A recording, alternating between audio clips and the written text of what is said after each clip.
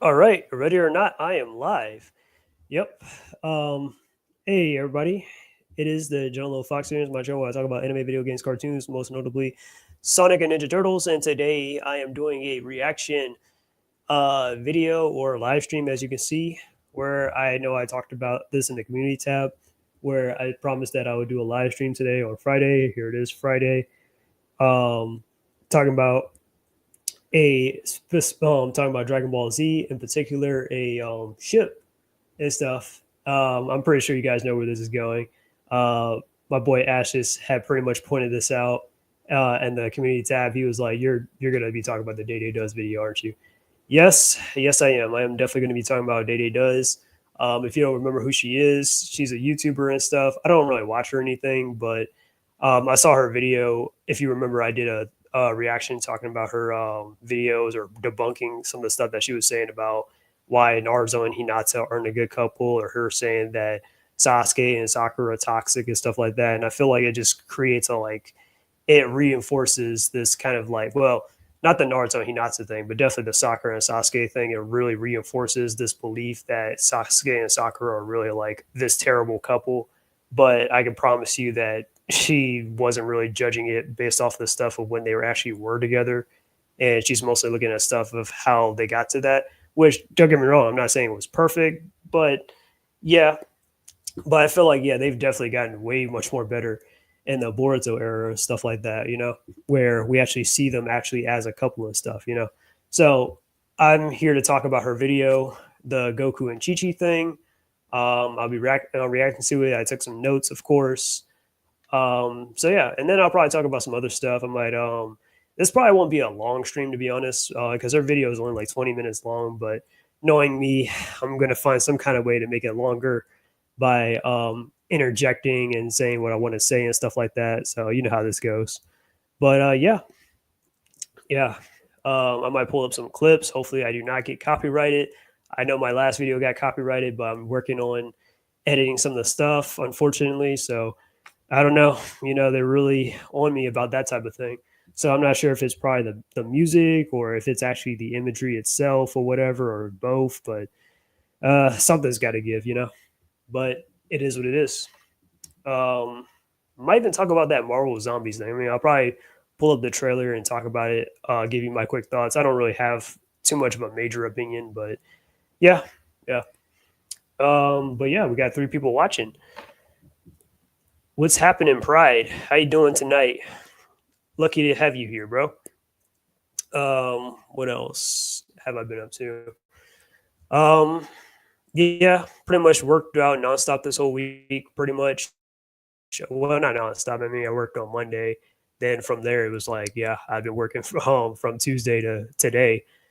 Uh, early morning shifts, so like 7 to like 12 or whatever. So, you know, kind of got up around 3 o'clock. I know a lot of people like to sleep in, but me personally, I like when I'm up sometimes. So I like to get ready and get early and stuff like that. Early bird catches the worm, that kind of thing. I might, kind of shut down and be like, all right, well, the last minute I might fall asleep or get a little drowsy, but oh, if it's time to go, I gotta go. And then being a Friday, of course, and working at Dunkin' Donuts and stuff, of course, yeah, it gets a little, you know what I'm saying? Damn you out. Okay, that's interesting. But yeah, yeah, like because today I remember like there was this lady and stuff. She was like, because I was like, I got like 5 orders and stuff that I'm trying to make, and this lady and stuff. She's like, she ordered an everything bagel with cream cheese. I messed up because I made it a plain bagel with cream cheese, and then she was like, oh, I wanted an everything bagel, and I'm like, I'll remake it. Just you can keep it. Yeah, whatever. She's like, but I don't want to keep it. Okay, you can throw it away, but I don't want to throw it away. And I'm like, I give up. So I'm like, I'm just gonna shut up and just make the everything bagel. So I'm making the everything bagel and stuff. And then she's like, oh yeah, can you make it with strawberry cream cheese and stuff like that? And I'm like, sure. And again, I got 5 other orders and other people's orders to worry about. So I'm trying to make all that stuff at the same time. By the way, I know how usually some stores have 2 ovens. Well, the oven, I'm only working with one oven, right? so I'm making all these other food and I'm trying to make sure I work on everybody else's food and stuff. And she's like, "You're just gonna leave my every bagel there?" And I'm like, "Yeah, yeah, because I know you see I'm clearly busy, miss. Yeah." I don't remember specifically what I was saying, but I was pretty snarky with her and stuff like that because I'm just like, I'm not trying to handle it or I'm not trying to tolerate this. And yeah, my boss was kind of there, my general manager and all that. She didn't really say anything because she kind of knew, or she was like, "Yeah, I have every right to be annoyed with this lady." I'm like, "Yeah." But anyways, let's get into the video. But yeah, so that's pretty much how that's been. So I mean, luckily it wasn't like that, like 5 hours nonstop, but still, it definitely does get annoying. So you know how it is. Anyways, this is her channel. I'm not knocking her for her opinion. Well, to a degree, but not really. But she's entitled to believe what she wants to believe and stuff like that. I'm not trying to bully her or whatever off this platform.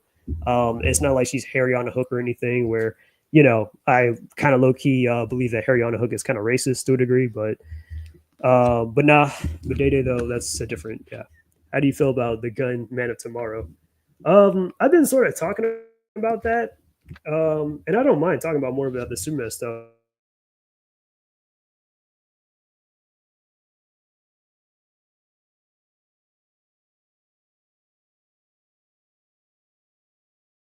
Something when it comes out, it's not being Spider-Man, and then the Man of Tomorrow thing.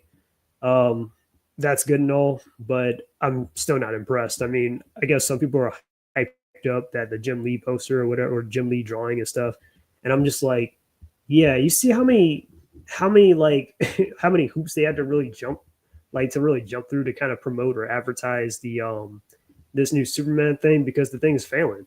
That's just how I personally feel. But anyways, yeah, they definitely did not put this much stock or time into like Man of Steel or the DCU and stuff or Superman at the time. If anything, they were really trying to get rid of Superman during that time. It was like, oh man, we messed up. Now we gotta backpedal on that. We got because Superman's our guy, So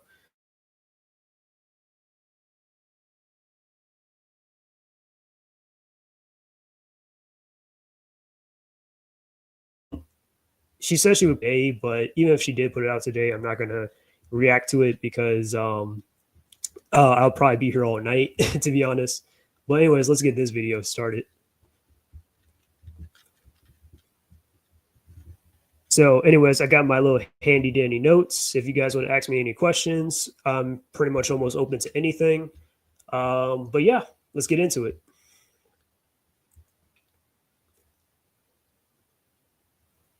Yeah, I was watching some of it earlier to kind of like make sure like I wanted to cover everything or get out my little spiel. So this should be fun. But yeah, I've definitely been watching some anime. I was watching Yu-Gi-Oh! 5Ds. I just kind of started back up rewatching Yu-Gi-Oh! 5Ds. I've never officially finished it because if you remember a long time ago, if you guys know Yu-Gi-Oh! And some of the shows like Yu-Gi-Oh! GX and 5Ds, of course, they had the English translation for it on like 4Kids or CW 4Kids or whatever, or what was it, Kids WB and stuff like that. But then when it got to like the last seasons and stuff, they tend to like cancel it, and they never did put out an official dub version of it and all that. So yeah, so I'm officially watching the Japanese version of it for the first time. So yeah, so currently I think I'm on episode 11. So yeah, what's happening, Jay Leno? Welcome to the stream, dude. Hope you enjoy talking about some Goku and Chichi and this YouTuber right here. So this should be fun. Not making fun of her or anything, but I'm just like reacting to her video and whatnot. So yeah.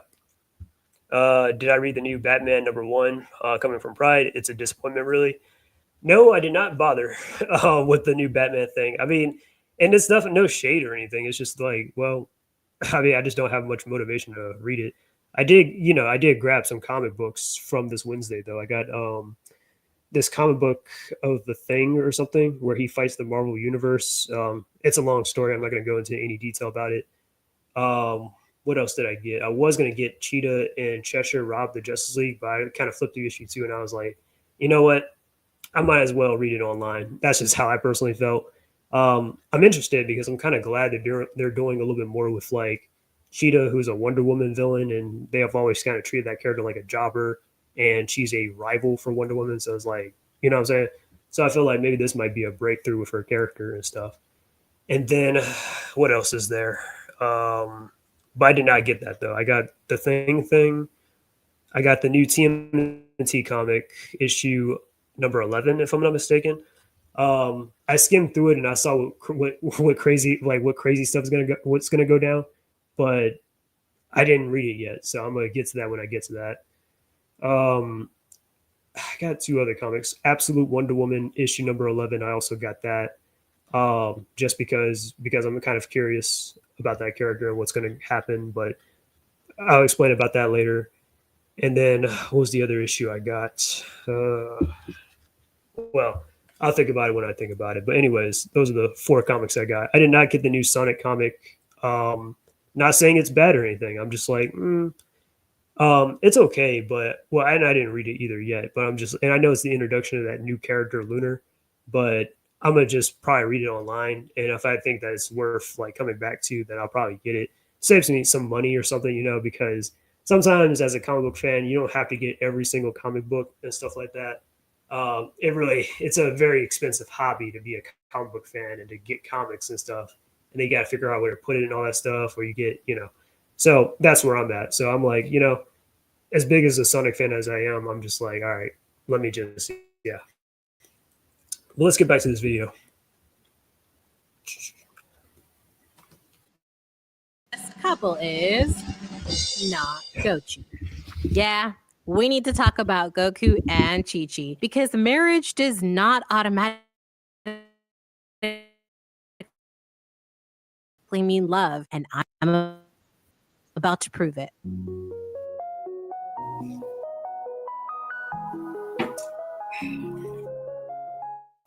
Welcome back, Sparkling. And if you're new here, hi. Oh yeah, and if I'll try to mute my mic, okay, so you guys don't hear them and all that stuff. All right. So yeah, let's get into this. Where I talk all things storytelling, anime, web comics, nerdy pop culture, and more. And who knows, you might even find some art that you like. Kind of obvious to me Really a hot take, but every time I rewatch.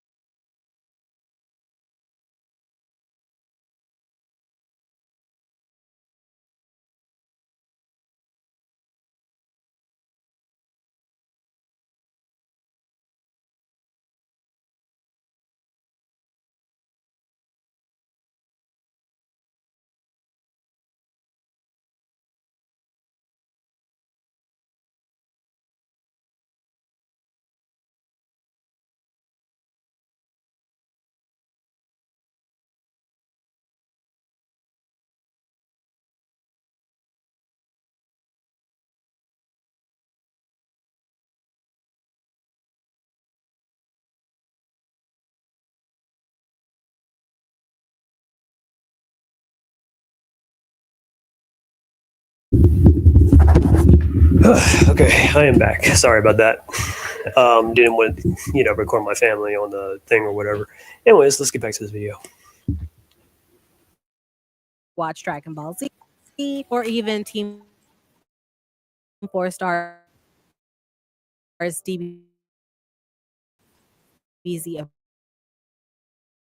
abridged, especially when you compare.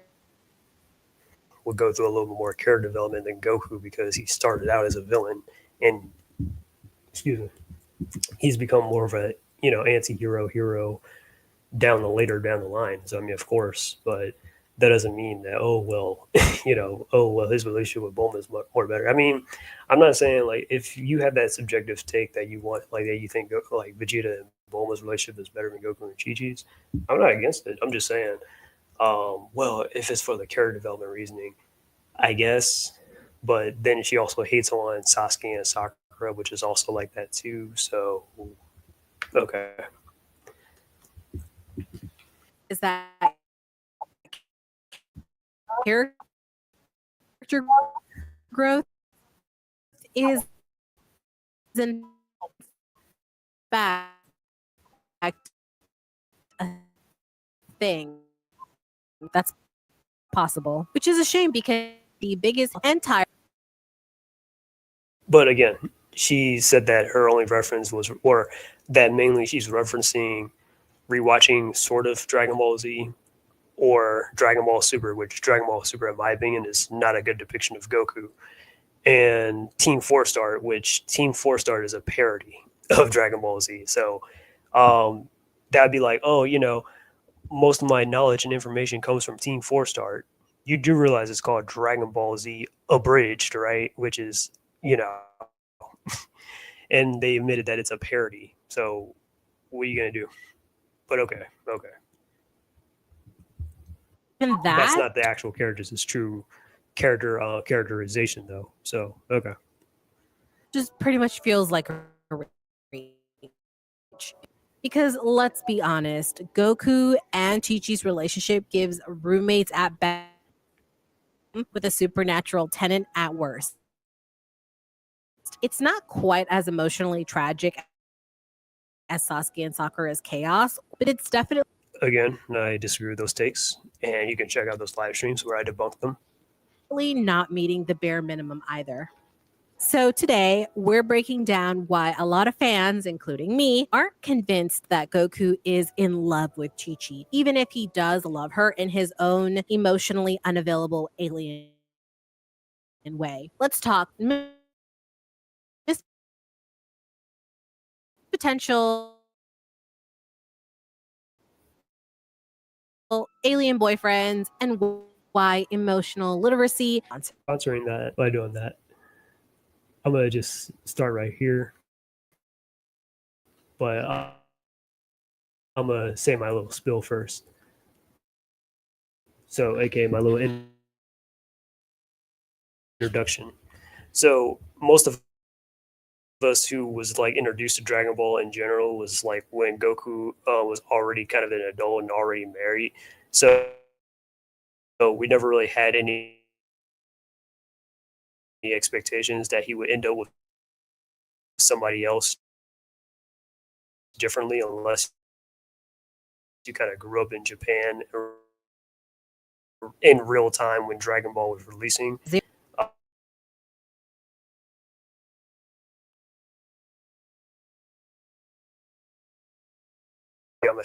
Had got Goku and Chi Chi together the way he did was mainly because he didn't want to really overcomplicate Goku's love life. So I think he always kind of intended for them to kind of. And I know some people kind of prefer Goku to be like with somebody who is just as strong as him or something, kind of like let's say Calphilia. I don't know how to pronounce that girl's name, but yeah, Calphia or whatever, and or something like that. And I'm just like, well, but that doesn't kind of work in my opinion because like Goku needs someone who is kind of like motherly and stern with him, and kind of also their kids too. While in return, Chi Chi needs somebody like Goku who's very who's very lighthearted and stuff, and he's very laid back. Like they both kind of balance each other out.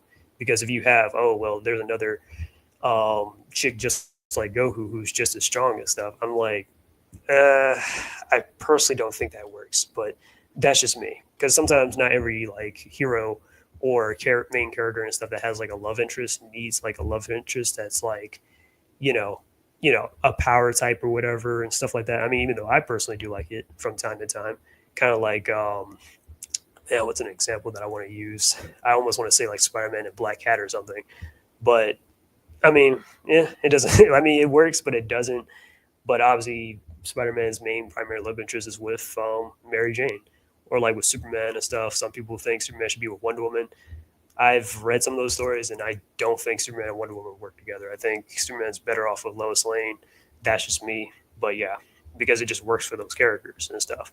Now, for somebody like I don't know Green Arrow or something, and Black Canary, oh yeah, that definitely works. They're both are a good, strong power couple and stuff like that. Or Daredevil and Elektra, I think that works better compared to um, Daredevil and Karen Page or Helen Glenn or something, or like going back to Green Arrow. Like I know people like the whole Olicity thing, the whole Felicity smoke from Arrow. Yeah, Oliver should ended up with Black Canary. He should have ended up with Black Canary.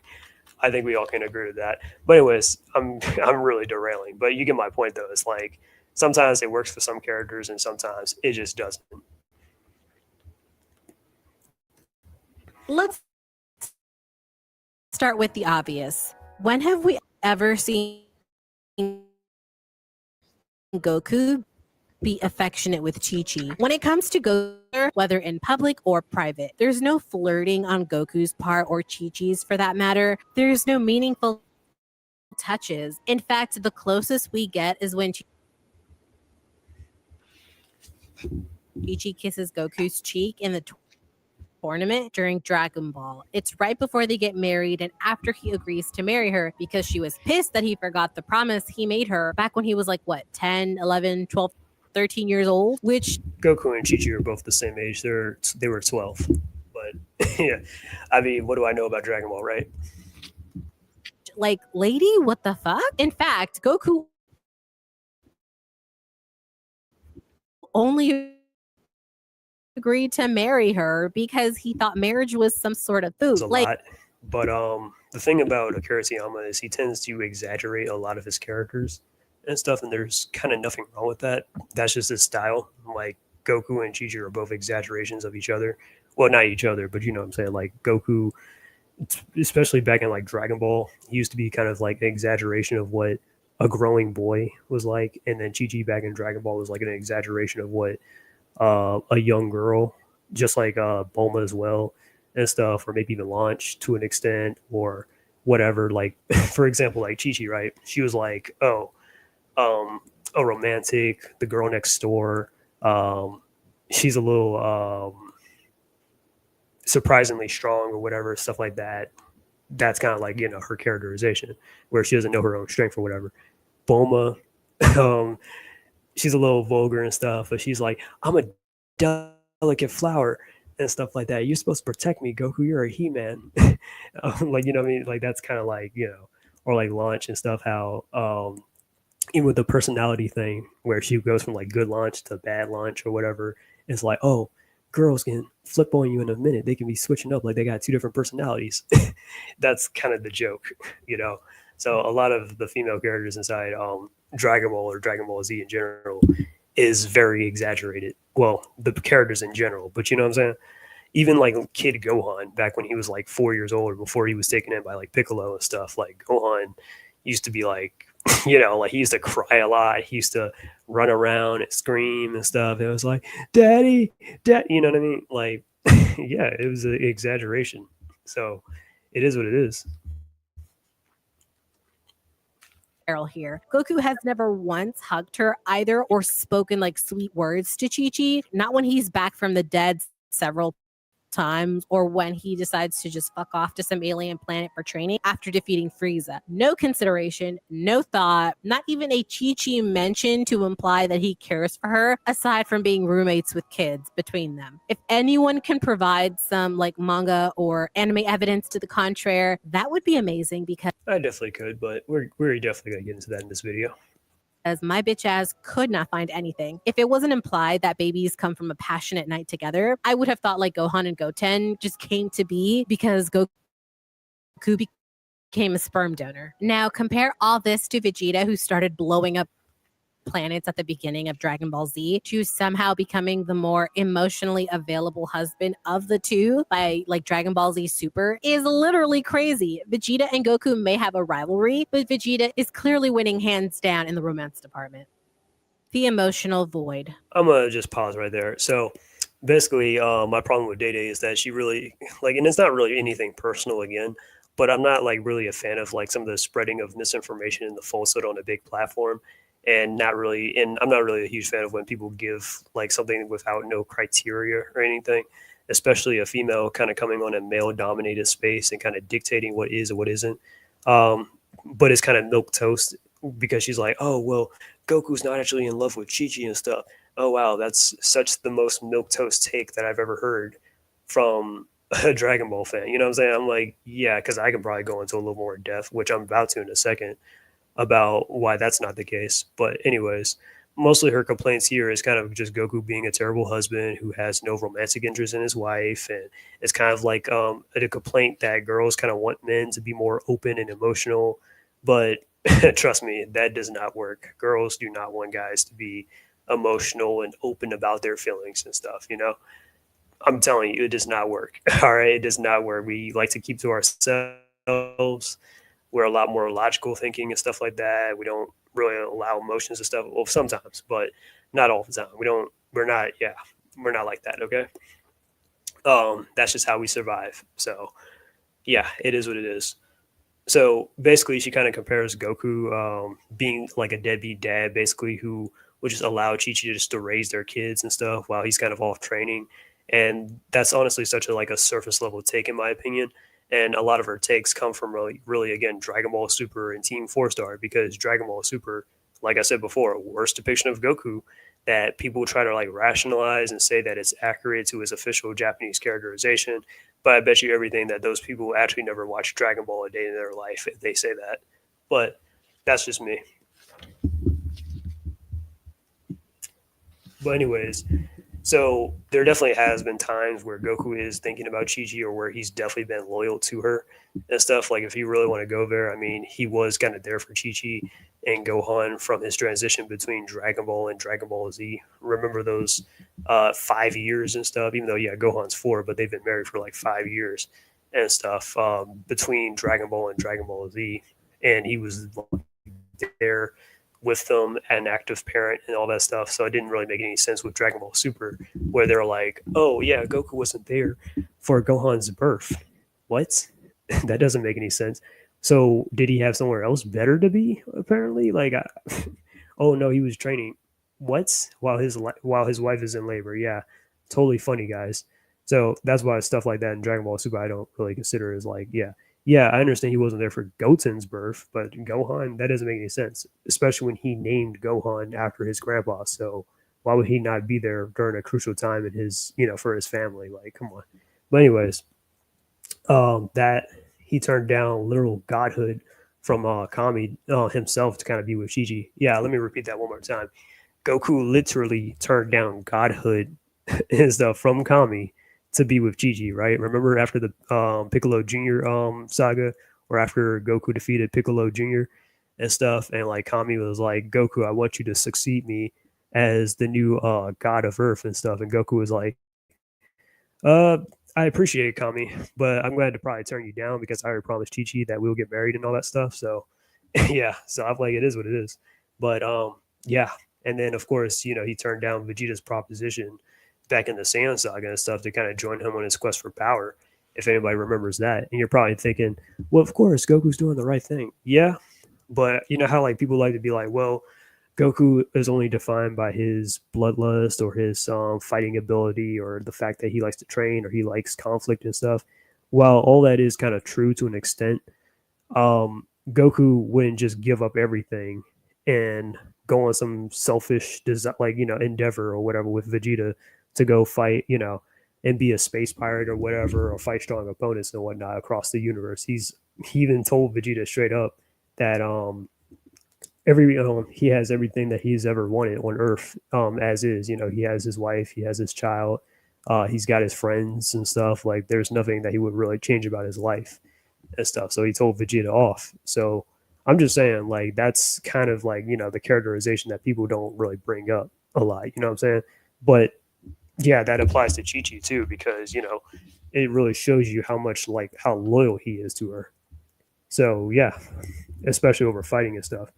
And then, of course, if anyone remembering, I know this may be filler, but he also rejected Princess Snake's seduction and pretty much thought of Chi Chi and Gohan the entire time. Well, not the entire time, but basically, like, he managed to drug Goku or whatever, because remember, Princess Snake was trying to eat Goku in that episode. And what happened was Goku was dreaming of Gohan and Chi Chi and stuff, since that's kind of the most important people in his life. And then he kind of snapped out of it, out of the little trance or drug that he was under, and he kind of left. But yeah, he wasn't, like, what I'm saying. So I'm just saying, yes, there's definitely a certain loyalty to that.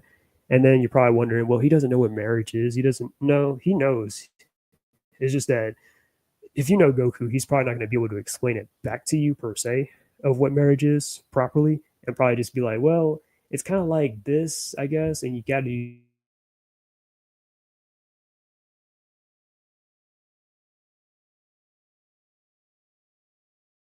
because I mean, we know that he knows this even in Dragon Ball Daima, because remember that one girl, Pansy and stuff, her dad kind of offered her up to be wedded to Goku and stuff, and Goku was like, yeah, sorry, no, I'm already kind of married. And everybody's like, wait, what? You're married? Yeah, clearly he knows what marriage is. So I'm just saying. And then usually when Goku is gone, he's either really just either dead or he's off training somewhere. But I'm gonna probably go into more specific detail about that one too later.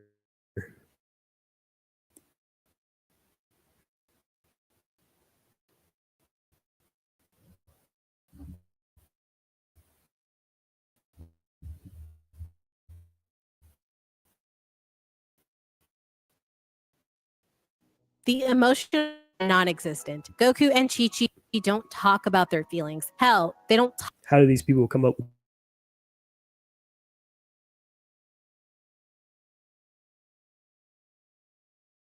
oh, they joke about Goku being a terrible dad, which if you watch Dragon Ball Z, Goku's not a terrible dad, or even GT. No, Goku is a prideful parent and stuff. He really cares about his children, Gohan and Goten, and he definitely does play vital roles inside their upbringing and raising them and stuff. But people are like, no, he's a terrible dad because let me take this one scene out of context, like where he punched Gohan, even though it was to calm him down because he was about to get himself killed against Cell. I'm not saying that was perfect or that was a good idea, but he did it to kind of, like, how else was he going to get through to Gohan? Talk him out of it? He already tried that. It wasn't working. So I'm just saying. Or like, oh, he gave Cell a senzu bean. Okay, but what was the reasoning for that? Because he wanted to show that Gohan could take care of himself and that he has officially surpassed Goku and whatnot, because he was training Gohan to do that in the first place. If Goku really was a selfish person or didn't care about his children or was a terrible parent, then he wouldn't be doing that for his own children, then, right? So yeah, it's stuff like that people like his jokes, but it kind of turns into like one thing into another. But anyways, let me continue with this video. talk about anything besides food, training, or Gohan's grades. If you've taken a look at the series, the few times Chi-Chi and Goku speak to each other, it's always about other things, never about their emotions. Again, this is kind of the whole thing about, oh, why don't men talk about their emotions and why aren't they more open? This is kind of why we don't do that. And yeah, usually couples do talk about stuff like, regarding their kids or other stuff. I mean, sometimes there are like just some guy, like some people, especially guys that want to go out for drinks and stuff, and they don't go out to drinks with their wives. No, they go out to drinks with their friends and be chilling and stuff. The wives might be like, I don't know, doing a knitting class or something, um, or out with the girls or whatever. You know what I'm saying? Like, there's a huge difference between a guy's relationship with a girl. I'm not saying that they can't spend quality time together or do something that they might have in common. And trust me, Goku and Chi definitely have spent some quality time together. I mean, for God's sake, they literally live and sleep together in the same bed. But that's neither here nor there. But yeah, they go shopping. Goku has made some compromises for Chi Chi, definitely, which I'll go into more detail later. Like, and I know this may be filler, but I mean, didn't Goku not like go to like a parent teacher conference with Chi Chi to try and get Gohan into the specific school that Chi Chi wanted Gohan to go to, or what was another thing, or like, and this is a definite a memorable filler episode, but when Chi Chi made Goku and Piccolo get driver's license and stuff, yeah. So I'm just saying, like, yes, there are definitely compromises and stuff that Goku has done or whatever, or with Chi Chi or whatever. You know what I'm saying? So yeah, but this is really about Dragon Ball Z, and it's a shonen thing, not a shojo, not a rom com, none of that. So that's not going to be the highlight of the show. You know what I'm saying? feelings or inquiring about the other person's wants or needs that aren't physical. I would even go so far as to say that Chi Chi's world revolves around Goku and her kids, but Goku, everyone but Chi Chi. That man has no feelings for this woman. He has no care and only seems to regard her as like the school principal who will get angry at him. And like I already said before, stuff like he be dreaming about Chi Chi or thinking about her and stuff sometimes. Or when he like, and there have been times where Goku has had some like nightmares and stuff about. Let me take a look at my notes here. Well, you know what? I'm gonna wait until when I get to that though. But yeah, yeah. Let's let her continue with her spill. For disobeying her. I don't ever see him have some sort of care or do anything to moral hell he put her through emotionally through his many deaths and missing for years to train. This man just does not care. If he feels anything for Chi Chi, it's If you're talking about the training thing, Goku only left really during the Frieza saga to train, but that was because, well, he went from Earth to Namek, fought Frieza. Namek blew up. He went to planet Yadriak because that was the course that the Ginyu Force was about to go, and Goku took their ship that was already kind of programmed to go there anyways, so he can learn instant transmission and all that stuff basically. So he spent like what 6 months um, learning that, and then he took a spaceship back to Earth. Which I know some people would be like, well, he could have used instant transmission. Yeah, I don't think Akira Toriyama thought that far ahead and didn't know like whether or not did he want to like make this technique broken or anything. So he just kept it simple and was like, all right, well, maybe, and this is just my head can, but I think Goku just wanted to play it safe and was like, yeah, instead of trying this out in between planets or going into like where I could possibly end up in outer space, let me just take a spaceship back home and stuff. I think that would be a lot more safer. You know what I'm saying? So that's what I think. That's why Goku took a spaceship home instead of just using instant transmission, where that's a lot more riskier because he's new with the technique. So, yeah, but anyways, that's the only time. And then if you're counting Super, yeah, that was kind of dumb with the whole Beerus and Whis thing or whatever. But again, that was Dragon Ball Super. All right. And then you might also count the end of Dragon Ball Z, where yeah, he did also leave Chi Chi then too.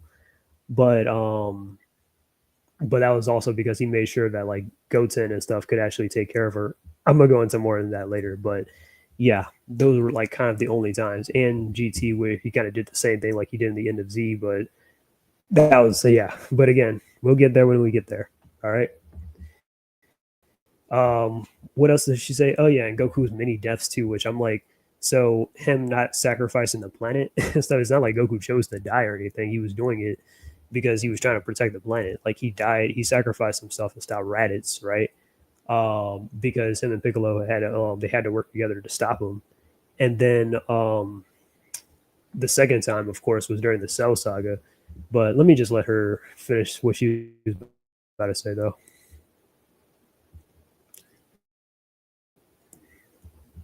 it's the fact that she cooks for him. If she couldn't do that, how long do you really think Goku would have stayed with her? Would he even chip in to help her out with the domestic aspects of their home life? I highly doubt that. The man barely does it now, anyways. Goku. You know, that's real funny how she's like, well, well, first off, Chi Chi's a housewife, so it's kind of her job to know how to cook and clean because that's what she does and make sure that Gohan gets the homeschooling and tutoring that he needs. So when he actually does go to actual schools and stuff, that he actually gets it. But Yeah, us just be like, oh no, well if she didn't know how to cook and like if she didn't know how to cook, would Goku still be with her? I mean, probably. I mean, I'm pretty sure like even if she didn't know how to cook and stuff, Goku would probably he'll probably be like, oh Chi, how do I put this to you gently? Or he'll try to put this in a more sensitive, but in some kind of capacity, might say this in an insensitive way. That this wasn't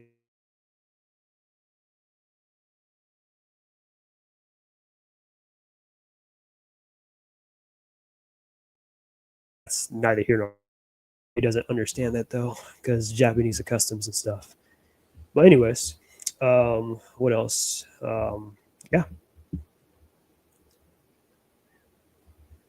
Goku's a flight risk. Goku oh, this should be fun. If we stick together.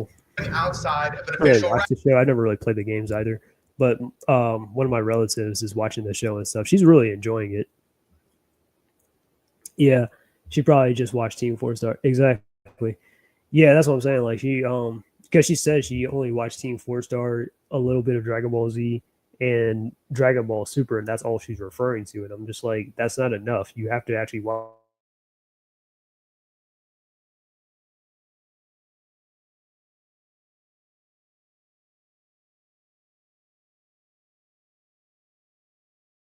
the quintessential dad who goes out for milk and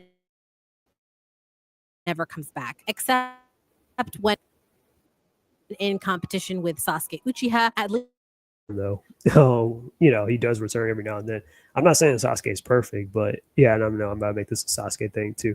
I mean, I'm not saying Sasuke is a perfect dad, but yes, he definitely does care about Sakura and Sarda. His whole thing is he's actually protecting the village from the outside, while Naruto's protecting the village from the inside.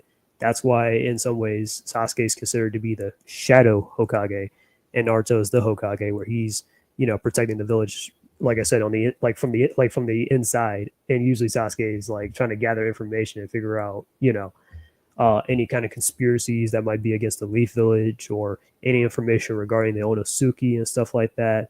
Even if it may be a time during peace and stuff, that's kind of what he does. But he still definitely is there for his family and stuff. But again, popular internet belief.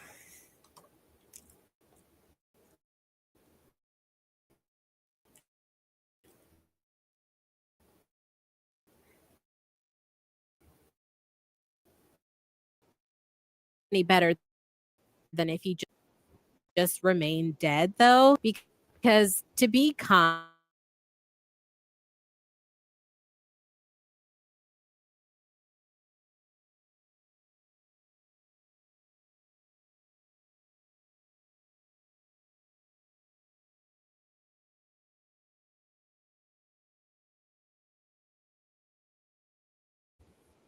Hang on, my thing's buffering real quick, so I want to make sure we're getting the actual feed. There we go.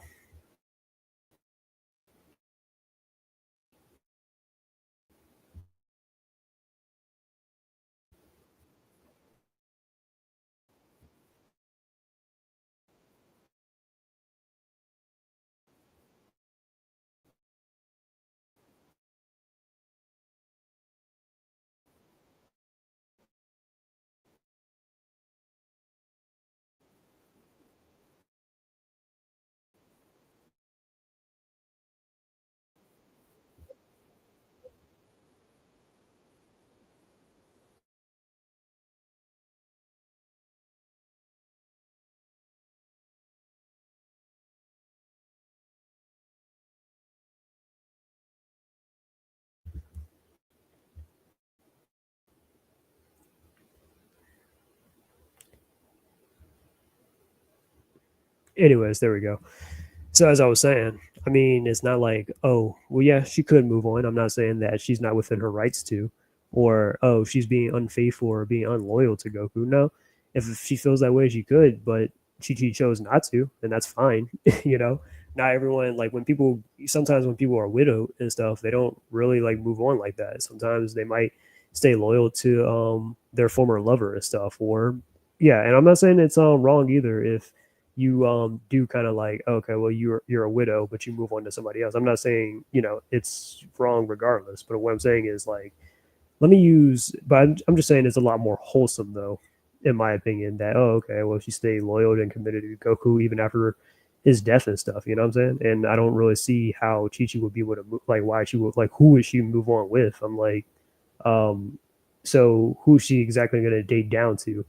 I mean, compared to Goku, a guy that literally saves the universe on the day-to-day basis, like, oh, let me find, I don't know, Paul. I'm just kidding. I'm kidding, guys. I'm kidding. Hell no. Hell no. But anyways, I'm just messing around. But no, I'm just saying, like, yeah, no. I don't see why Chi would give up Goku and stuff. Yes, he does get on her nerves and stuff like that. But it's one of those like one of those kind of things that's like, yeah, he gets on my nerves, but I kind of like, you know what I mean. But obviously, I'm in love with the guy or whatever. I'm still loyal to him and whatnot. Like, there's a certain loyalty that's with them and whatnot. You know what I'm saying? So yeah, and I actually remember seeing this post one time where somebody was pointing out how like, now I'm not at this part in Invincible. I am reading Invincible. I haven't read in a while, but I need to get back on that. Where I think Mark was considered dead for 5 years. He wasn't dead, but he was missing or something. And in between that time, Eve had kind of slept with somebody and stuff. Which, I mean, granted, I understand. You thought you thought Mark was dead, and you're moving on, sort of. So I get it, but but I remember somebody was also pointing out Chi Chi, Goku's been dead for officially dead for 7 years, and she's giddy about him coming back for one more day and stuff like that to see him one more time and stuff like that. So I'm just saying, like, trust me, it's there. But anyways, yes. So while Goku has kind of died, like he did against Raditz and stuff, to kind of showcase the severity of the gravity of the situation, um, the Earth was kind of in, and kind of to also obtain otherworldly training. He kind of came back to protect the Earth and his loved ones. Then, when he died again inside the Cell Games as another heroic sacrifice, he chose to stay dead, believing that it was kind of his time. Plus, he felt that his existence had created some kind of tension, like the Red Ribbon Army returning with the androids in Cell, or to some extent, even the Saiyans coming to Earth. Because, yeah, and you can easily see how Goku, even though, yeah, Goku's a very jolly person and stuff, you can kind of see how, in some kind of way, he blames himself for all that stuff. So I'm just saying, like, hang on. So yeah, that's kind of the reason why he decided to stay dead. And yeah, he kind of came back to Earth for what he thought was his last time to visit family and stuff, not just fight Vegeta. Oh, he just came back to fight Vegeta to settle the score. Well, he's a martial artist, and Vegeta is his rival, so why not? But no, he was just doing it because it's a friendly competition, and he wanted to see his kids and stuff, and he wanted to see Goten for the first time because he never actually got a chance to meet his son because he died before he was born. So that's kind of unfair to the both of them. Plus, he kind of has, like I said, he has his pride as a martial artist. So much like his grandpa before him, remember when Grandpa Gohan came back to life inside Dragon Ball? What did he do? Oh yeah, he fought Goku because he wanted to see how strong that his grandson had gotten, right? So it's kind of the same thing. It's like, yeah, that's just how some people are able to like express themselves. It's like through their work or through what they are. Like, I'm an artist and stuff.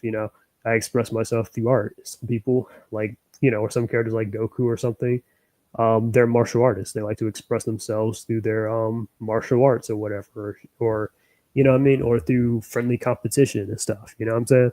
So yeah. So of course he's glad to be there and like to see Chi Chi again, to see Goten for the first time, to see his son Gohan finally like grown up and even taller than him too.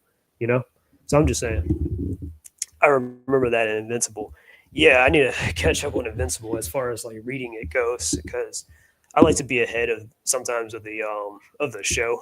So, and I'm still ahead of the show regardless, but I don't want the show to eventually eclipse me and stuff. So I got to read that third Condemonium book. Well, I need to get it first, and then yeah, and then I think I'm kind of good after Invincible after that. I know there's a fourth one, but I hear they kind of like they went so radical with that fourth one that it was crazy. So yeah, it was a lot. But anyways, let me get back to this. Is just a nightmare. I don't even want to know how they function logistically in society. And that's not including the previous times that Goku has died before the Buu saga. Like, this man has a track record that he just cannot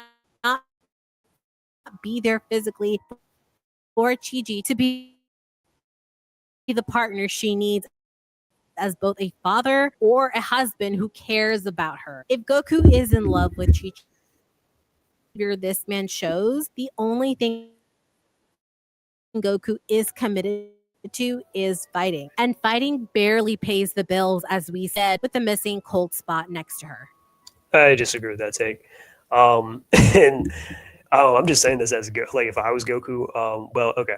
First off, Goku when he during the Cell Saga, Goku kind of promised Chi Chi that after he trains Gohan, because Goku was reluctant on training Gohan because he wanted Chi Chi's blessing first for that to happen, because he actually respects her, because that's their child that they're raising together and all that. But anyways, where was I at?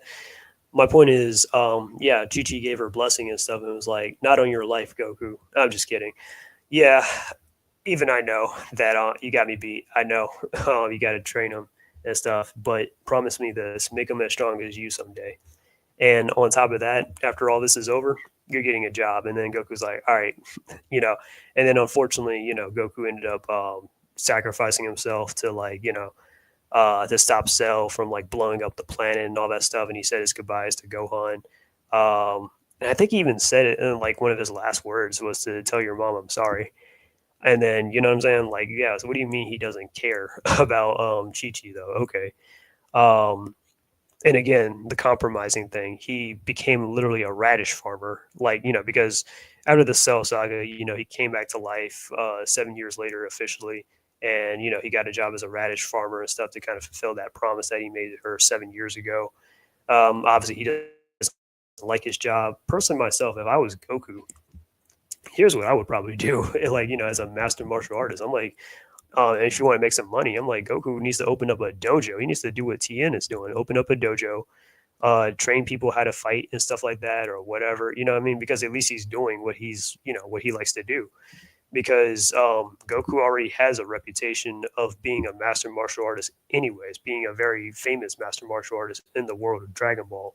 Like even inside Dragon Ball GT, like Goku literally has a statue by the time of Goku Junior's era and stuff like that, because Goku, he's competed in like a lot of tournaments and became like a martial arts legend. Not to mention Goku is known for saving the world several times and stuff. He saved it from King Piccolo, and people saw that all on TV and stuff. And it was like, oh my god, this kid saved the world. Or during the Cell games and stuff, even though that was Gohan, but still they knew Goku was kind of involved, right? Or against Boo and a bunch of other stuff. Okay, so I'm just saying, like, yeah, like I'm just saying, like, yeah, Goku definitely could, make some money with his martial arts based off his reputation alone. But that's just me, you know. And I'm even like, even with like Street Fighter Six, like Street Fighter Six, a lot of the characters inside Street Fighter, like Chun Li, I almost want to say Ryu, but some people but obviously, when you play as the avatar character, they take in students and stuff, or take in you as the avatar character and train them as a student. And some of them, like Luke or something, they have like gyms and all that stuff where you can train with them, or you learn their styles and fighting techniques and all that. It's pretty cool in Street Fighter Six. I really do enjoy Street Fighter Six. I need to get back on that, especially because they got my girl Elena in there now. So yeah, yeah. But anyways, let me get back to this video. Actually, no, let me actually talk about more about this care stuff. So here's some moments where Goku actually does care about Chi Chi. So he's dreamed about Chi Chi back inside Korin Tower when he was a kid back in Dragon Ball. So if you guys remember back in Dragon Ball when Korin, when like Goku met Korin for the first time and stuff, or a little bit before that, Goku was looking through those jugs, and this may be somewhat of a filler moment, but Goku looked through one of the jugs and it showed an image of him and Chi Chi together, just as kids. They were like having a picnic or something.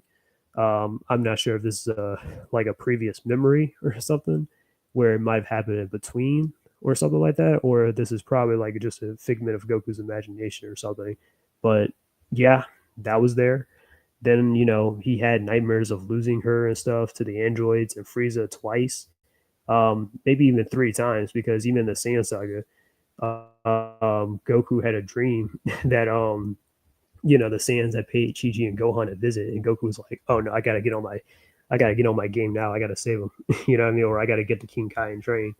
Of course, he shared a moment when he kind of had like recovered from the heart virus and stuff, where Chi Chi was taking care of him, and Goku recovered and stuff, and they were like, and that's the whole Gohan talking stuff about making him stronger than Goku and all that.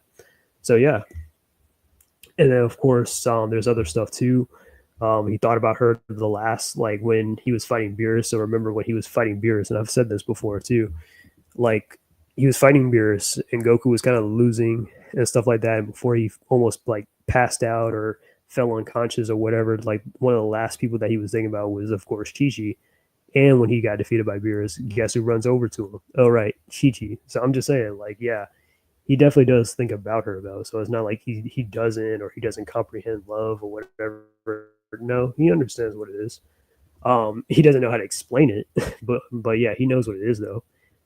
He wanted to avenge an alternate reality version, and since she is using Dragon Ball Super after all, there was a moment where he wanted to avenge an alternate reality version of Chi Chi and Goten from because remember Zamatsu had switched bodies with Goku and became Goku Black, and then he killed that version of Chi Chi and Goten from an alternate reality. And when Goku found that out, he was pissed off and then was fighting Zamatsu even harder than he was before because he killed his wife and his son.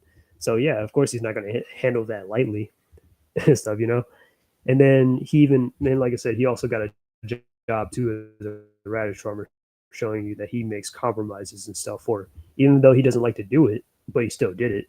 But anyways, let me show you a clip actually, like some of you guys a clip actually of hopefully I can kind of get away with this. I'll probably tone down the whatchamacallit, the volume. Well, I'll turn off the volume. I'll show off the clip and stuff because I rewatched it and I was like, wow, this is pretty dark.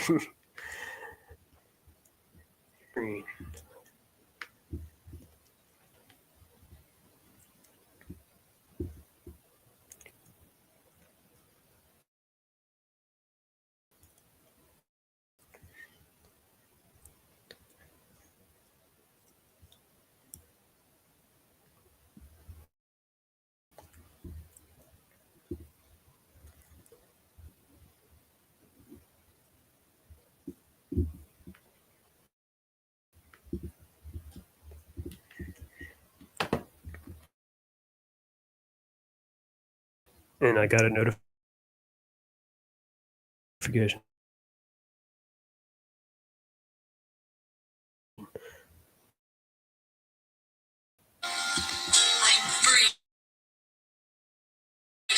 Hang on, sorry, that's TikTok, everybody.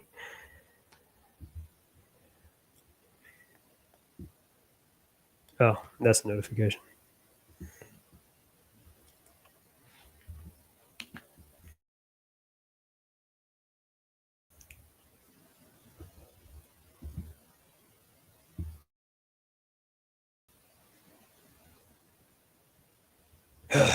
Do.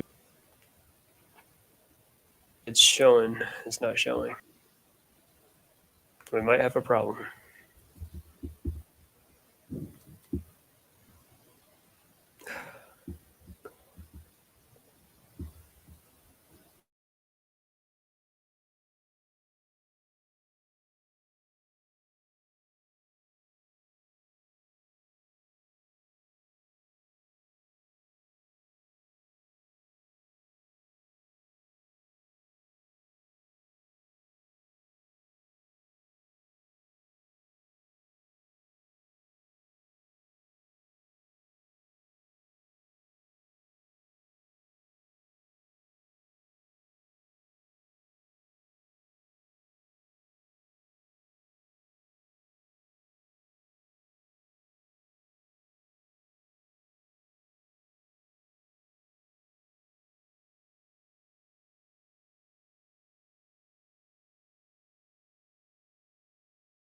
All right, sorry about that, guys. I think I'm back.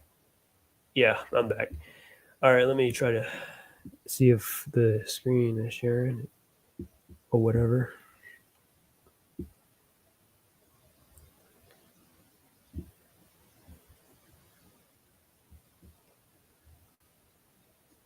Whoops, hang on.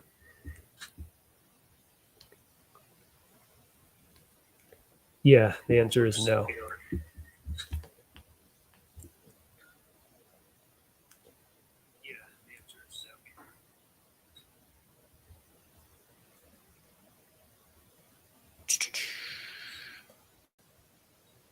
There we go.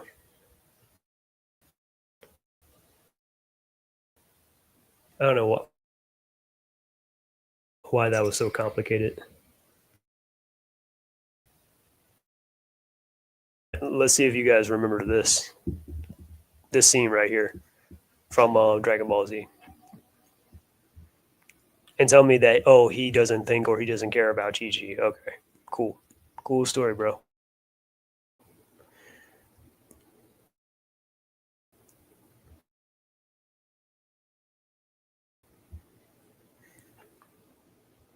Sorry, I'm pausing a lot, but I'm trying to make sure if it's playing. All right, there we go. Sorry.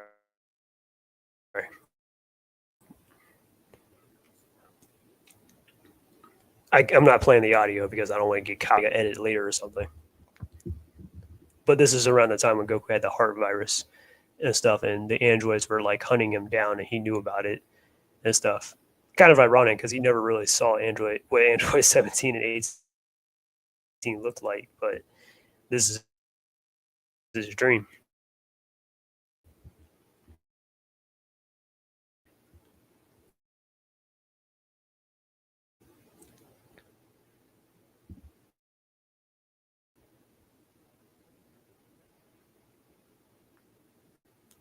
You see Gohan and Krillin in the way, trying to protect him or whatever, while he's bedridden.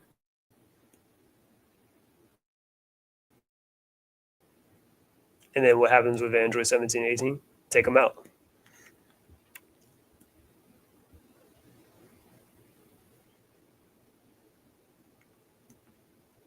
And tell me that's not dark. Yeah, back in the days when Dragon Ball Z used to really go there.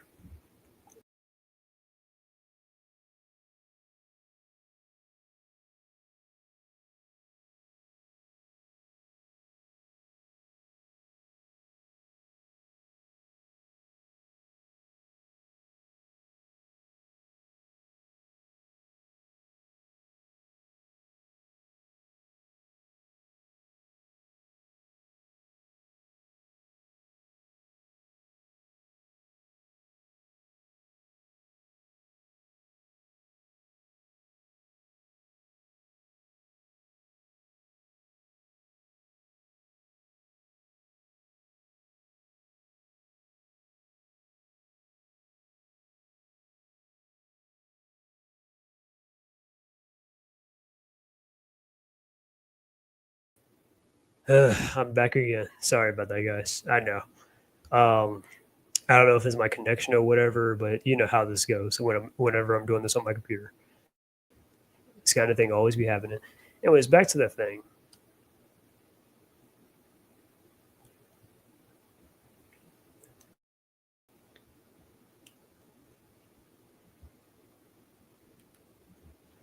And of course, I restarted my computer and everything, so I wouldn't really run into this problem too much.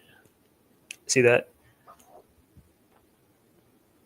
Still a part of Goku's dream, his nightmare. He thinks about again his wife.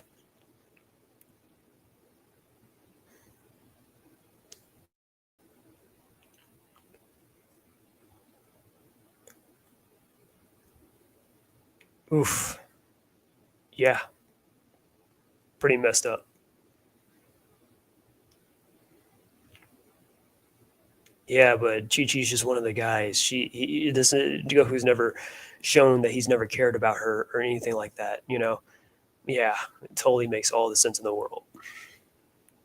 And then this next one with Trunks was even more brutal. I was like, oh, snap. Well, probably not as brutal as the Chi Chi one where Android 18 just straight up snapped her neck. I was like, ooh, that's messed up.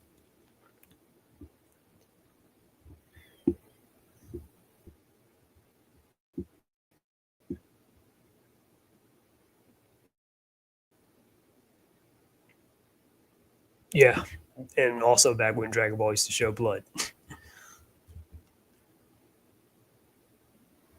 Actually, let me stay on this because the ending and stuff even just proves my point.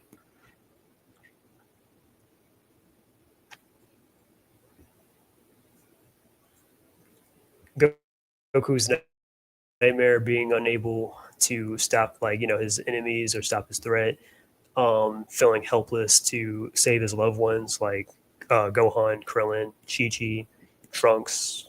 Yeah.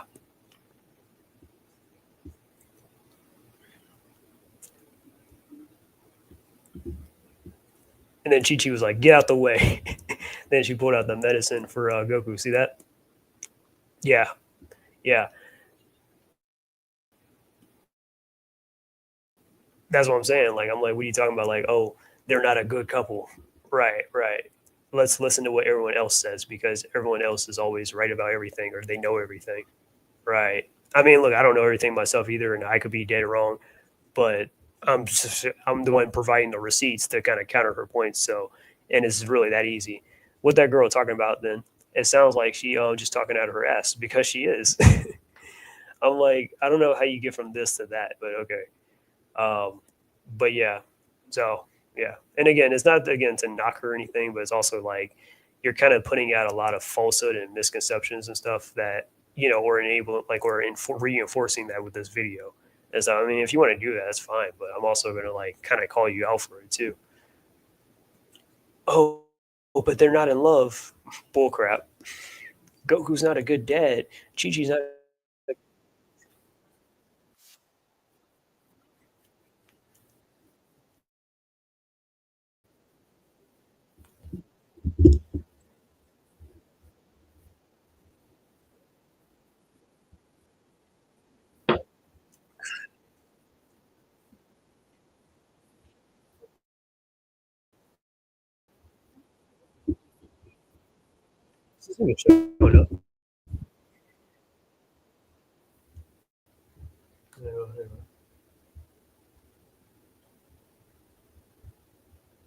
No, it is not showing up. Oh no, it is. My bad. My bad. In the There we park, go. and that'll be it. No, this is a lifelong commitment type thing. And if you're not with the right person, Married for like, like how does Gohan? Like if you're talking like Dragon Ball Super, since I talked about that last time in my other video, 24 years. GT about what 34 years. That's quite a while, don't you think? And that is quite a lifelong, if anything. But okay. whole lot of people just unhappy. Like the levels of naivety is just astounding because or agree.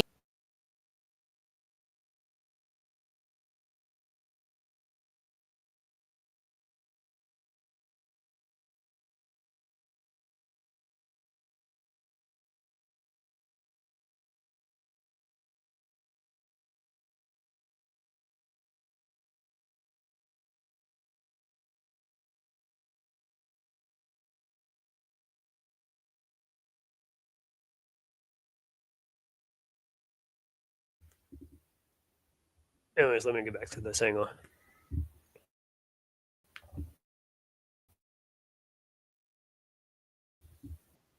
Legal matter, that means you're tying yourself, your attention, energy, finance.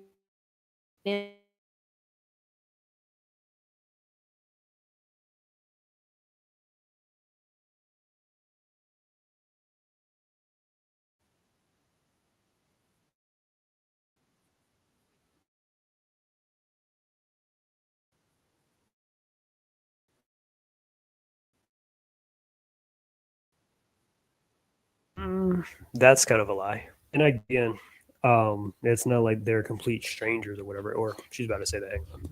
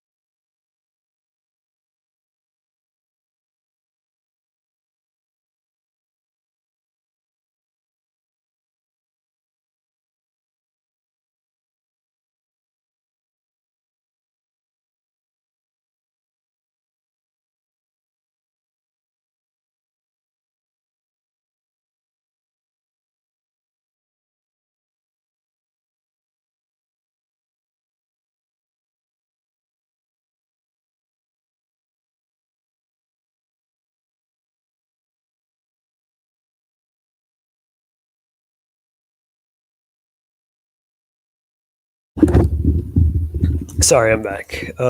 Anyways, yeah, one of my family members was getting a late night dinner snack thing at 9:32. So it is what it is. Anyways, let's get back on topic. No emotional connection, no chemistry period between them. The only clear thing. Not really. Yeah, they might have had like probably not too many interactions like that during Dragon Ball, but they've definitely like seen each other in between stuff, even if it's not like if it wasn't shown on screen too much. But I mean, if you really want to be like technical, I mean, technically they were like they started out already kind of family friends because she doesn't really mention this because why would she? But Goku's grandpa Gohan and Chi-Chi's dad, the Ox King, were both students of Master Roshi at one point and stuff. And that automatically already makes them family friends based off that. Even the Ox King, when he first saw Goku, he was like, "Wait a second, you're well." He didn't know who, like he's never seen Goku and stuff, but he was like, "Wait, you're Gohan's boy? Oh, okay, yeah. Me and your grandpa and stuff. We used to be like cool back in the day. Man, like, yeah, he was like, yeah, like your grandpa used to be like Master Roshi's like #1 student and everything back in the day. Like, I mean, yeah, I was good too, but your grandpa was like the best. You know what I'm saying? So, like, yeah, he had or like Goku already had a good impression, anyways, with Chi Chi's dad, the Ox King. So, yeah, who, by the way, kind of pays for most of their bills, anyways, because he's kind of rich. But then I heard something in Super where they kind of drove him bankrupt or something, which was kind of dumb and made no sense because, I mean, they really shouldn't need a whole lot or really need that much to really support off of. But that's just me. But, anyways, let me continue with this. But yeah, I mean, they were already kind of family friends to begin with, and yeah, they've definitely have had like some encounters before that. Let me actually pull this up too, since I'm on the subject. And again, I can't play the audio, so I'm going to have to, you know, just show the image or whatever.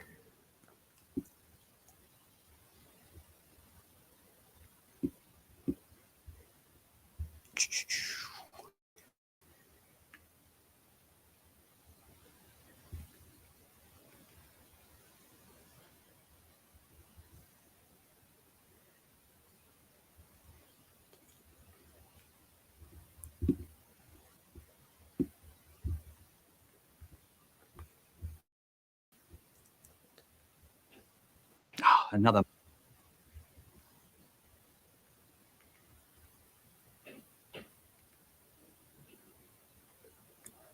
I'm going to say this out loud, but I'm kind of actually glad that a lot of people are starting to respect Chi Chi a lot more as a character, though. I will say that because a lot of people in the Dragon Ball fan base do not like Chi Chi because they just see her as like, oh, well, she's that annoying, nagging housewife and blah, blah, blah. And she never lets Goku train Gohan and all that and blah, blah, blah. She's so unfair and blah, blah, blah. You know what I mean? But I'm kind of glad that people are starting to come around and kind of realize that, you know what?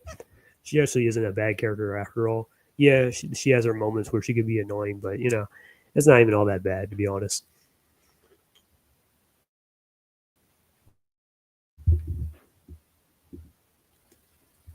So, anyways, this is where Gohan is like telling Chi Chi that oh he's got a date with Videl and all that stuff or whatever because Videl was blackmailing him with his great Sandman identity and all that stuff, and Chi Chi was like, blackmail.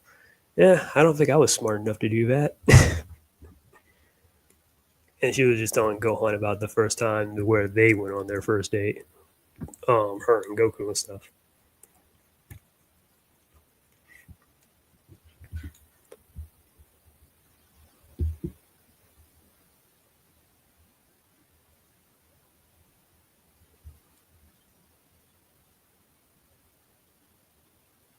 And Goku's confused and he's all like, wait, so what are we doing exactly here? And then Chi Chi was like, oh, well, we're on a date, so we're supposed to figure out what's the most pleasurable thing to do. And then Goku's like, the most pleasurable thing to do. And you're about to find out his answer in a second to that one.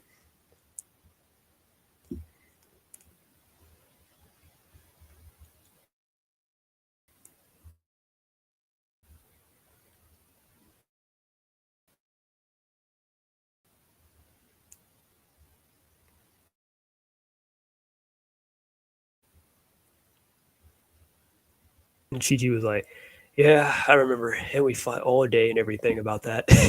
Then Gohan was like, "Okay, mom. Okay, okay, I got you."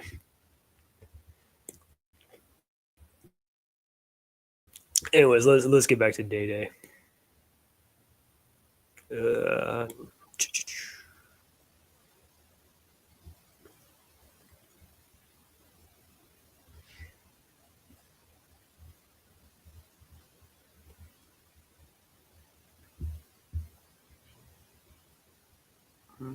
right here.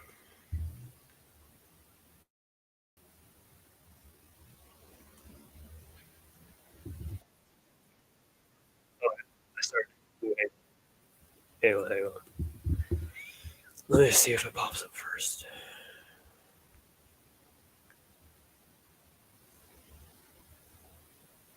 Water. And now look how she's been living alone. Is the entire proposal romantic? Sure. If you like your love side of legal confusion, no great. Anything. I mean, like mature for his age in general. So he's fine, and like Goten, like Gohan is there to help out Chi Chi to raise Goten too. So it's not like, oh, Goku just leaves Chi Chi behind with no one to take care of her or anything. Even though, I mean, of course she can take care of herself, but you know what I'm saying though. Like as a guy and stuff, sometimes you always want to make sure, especially like if it's a woman that you care about, is that they're properly taken care of. Now, it's one thing to be together as a couple. However you start, it's how you end that counts. Literally, the ending is what romance stories are made of. Whether you star as Elizabeth Bennet and Mr. Darcy, finishing is what shows what kind of romantic connection. Dragon Ball Super, to be honest, in that one scene from Super where Goku left her to go train with Whis, which was again kind of dumb in my opinion, but let's get off that subject. Yes, there definitely has been subtle changes, even with like let's say with Chi Chi, right? Where I'm gonna start with the Cell Saga thing, where again, where Goku asks Chi Chi for a blessing to train Gohan, and like he was going to train Gohan in the in the time chamber or the hyperbolic time chamber and stuff. And Chi Chi was like, they made that promise and all that stuff. And then later on, after Goku's death and everything, and after his sacrifice and all that, um, I'm pretty sure a lot of people probably haven't noticed this. Well, people have noticed this, but yeah, there was definitely a change with Chi Chi though. Not like a drastic change because I mean she's still a little uptight, but not but she wasn't as stern or strict on like studies and stuff like that anymore. Because Gohan already had it covered. He was already sort of self assured anyways, and she was actually kind of training Goten and stuff.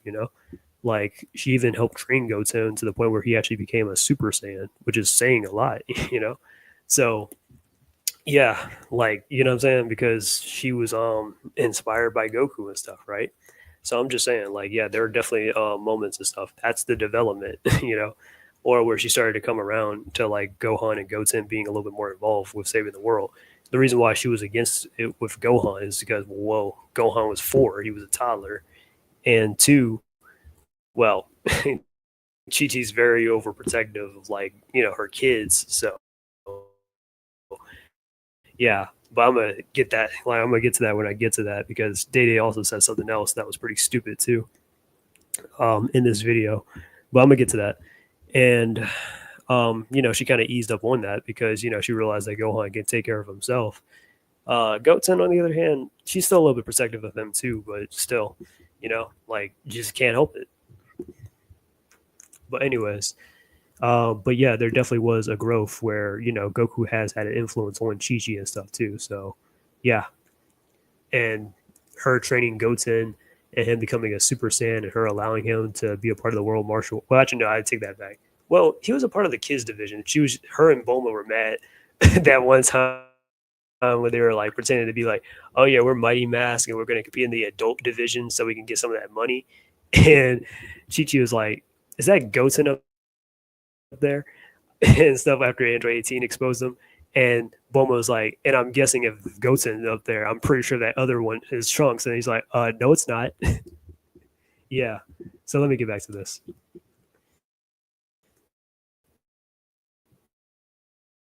Oh snap! We've been There's busting out no gas here. emotional evolution,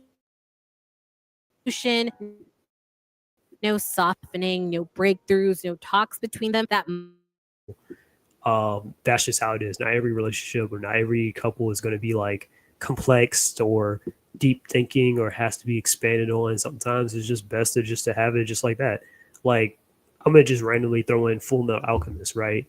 Remember Azumi, Ed and Al's mentor, teacher and stuff. Azumi and her husband, Sid, and stuff. Aren't they not a couple and stuff? And there's nothing like super complex or deep about their relationship. I mean, Azumi is just they're like head over heels in love with each other. I mean, the only complexity I would say is that Azumi had a miscarriage and that she tried to bring her child back to life with alchemy, but she sacrificed her insides in order to do that. I mean, there was that, I guess, but okay.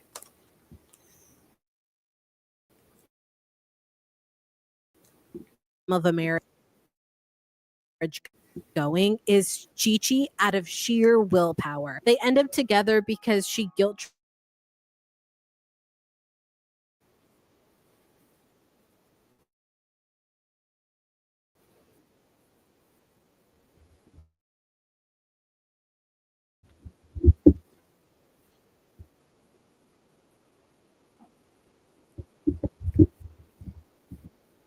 Funny thing is, she said that same thing about about Naruto and Hinata about how they make better parents than they do as a couple, and I'm like, well, that's because during like a lot of animes and stuff, usually when the main character gets together with the love interest at the end, because usually it's always alluded to or built up during the course of the anime itself, and then by like let's say the last arc or something like that, they kind of get together, and we don't really see them as a couple during that time. But when they're like, oh, grown or something and have kids in that kind of like era or something like that, yeah, that's where we see more of them as a couple. Exactly like prime example with Sasuke and Sakura, where they weren't a couple during neither of Naruto or Naruto Shippuden, but by the time in Boruto, they're a couple and they have a child together and stuff like that. And they definitely do have some moments, but that's neither here nor there. But with the Naruto Hinata thing, though, I'm like, yeah, they've definitely had a lot of like they've definitely had moments. Yeah, I know not everyone's a really huge fan of the build up for it, which I'm fine with because yeah, but I'm not gonna go into that right now because this is about Goku and Chichi. But they definitely had some moments. If you actually dig some do some digging and stuff like that, like into because they have gone on missions and stuff together. And I'm not talking about just in filler stuff. I mean, even when they were a couple and stuff after Naruto the Last, yes, they went on more missions together and spent a lot more quality time together and stuff like that. But oh yeah, well, no chemistry, no development. It's hollow. Okay, so when you get exactly what you asked for, you write it off just like that. Okay, make that make sense.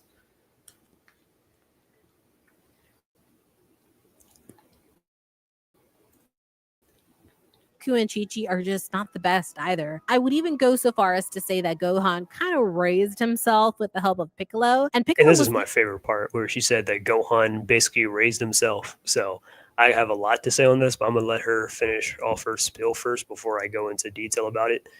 But yeah, only one emotionally available for Gohan, but that's a video for another time. Meanwhile, Vegeta and Bulma go from enemies to lovers to the power couple by the time Super arrives. That's a story. I said Vegeta has more character development than Goku because Vegeta started off as a villain and stuff, and then he changed his ways and went from that to anti-hero, and he's a hero, but but kind of to that, so to that type of status. So it's like yeah, of course he's had more development, or he's had more strides and improvement like that. Well, probably not more strides, but you know what I'm saying in terms of like, he's been humbled, he's learned, he grows, and then with Goku and stuff, it's a little bit different, but it's not like there was anything for Goku to really learn except for have people in his life or in his corner to kind of be there for him. Speaking of which, that reminds me, I was thinking about that Dragon Ball Z Kai intro because I knew I was going to do this live stream later. And you know how in the lyrics and stuff where um, Goku, Gohan, and Chi Chi, they're at like, at home and stuff. And the lyrics are, oh, I can't remember what the lyrics of Dragon Ball Z Kai is right now with Dragon Soul. Uh, you give me love, that's how I live. That's how I live. My courage won't sink. But yeah, you know the lyrics. But anyways, yeah, it's been a while since I've listened to Dragon Soul. But yeah,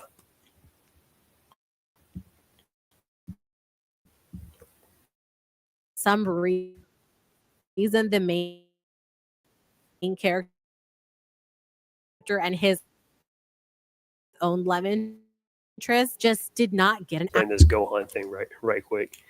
Okay, so basically, she said that basically Gohan had raised himself, so she kind of claims that Goku and Chi Chi aren't good parents to say the least, and that Gohan and Piccolo is responsible for his own growth, which that's kind of far from true.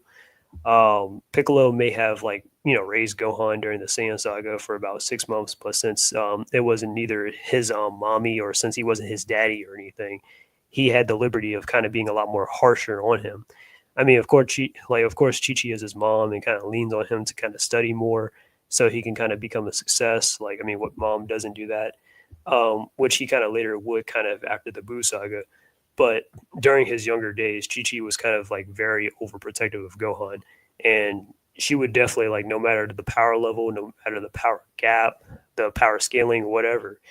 I mean, Chi Chi would definitely go to war for Gohan.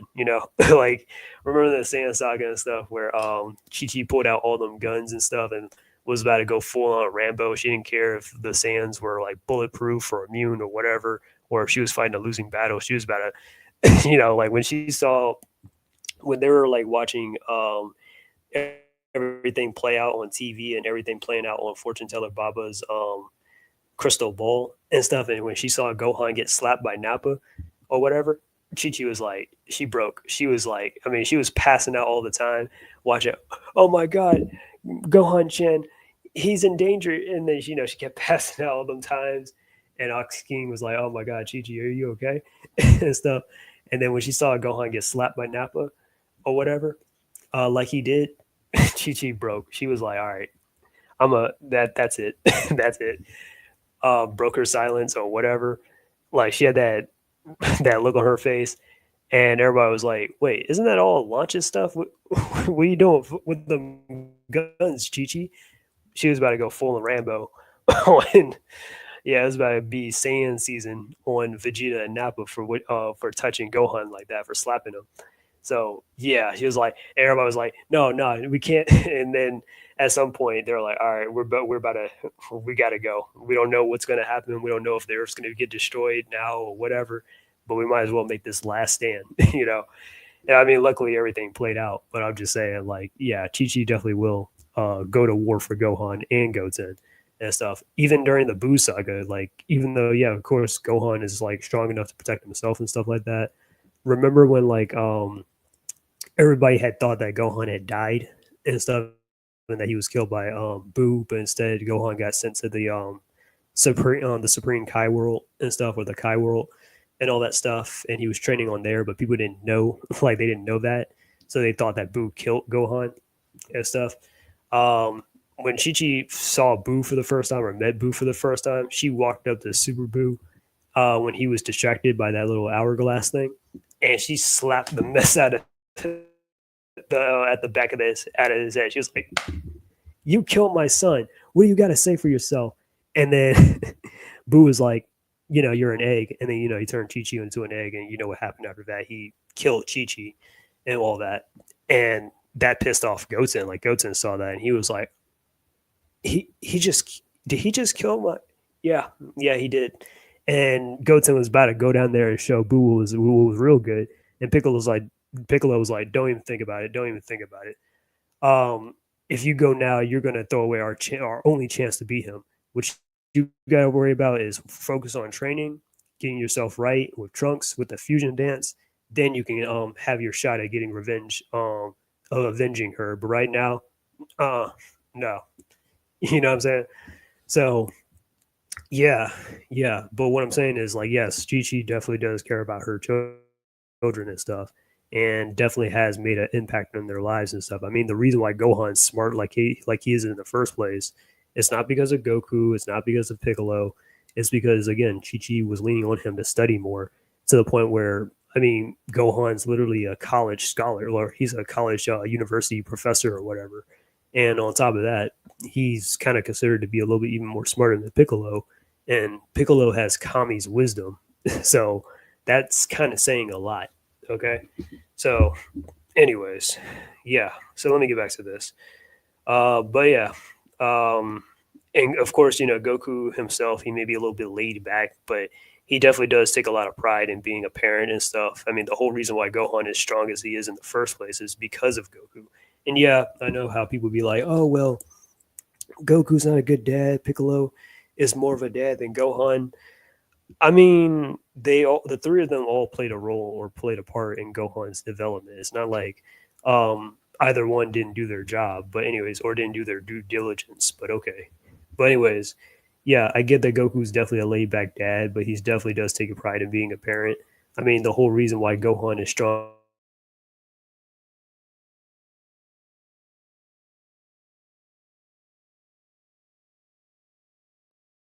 2 years, they kind of just spend time chamber was all for nothing, right? And even outside the fighting and stuff, Goku kind of used to like take Gohan on like camping trips and stuff for like survival training and stuff like that because he wanted to spend quality time with his son and he wanted to like you know teach him some things like how to survive in the wilderness and stuff like that. So it wasn't always just about training, getting stronger and stuff like that or whatever. You know, or even bringing up Goten and stuff, which she's rarely brought up Goten in this video, but when Goku kind of like came back to life and stuff, he tried to make up for lost time by spending more quality time with Goten and stuff. If you guys have noticed, with any kind of like OVA or any kind of story that's done like after the Buu stuff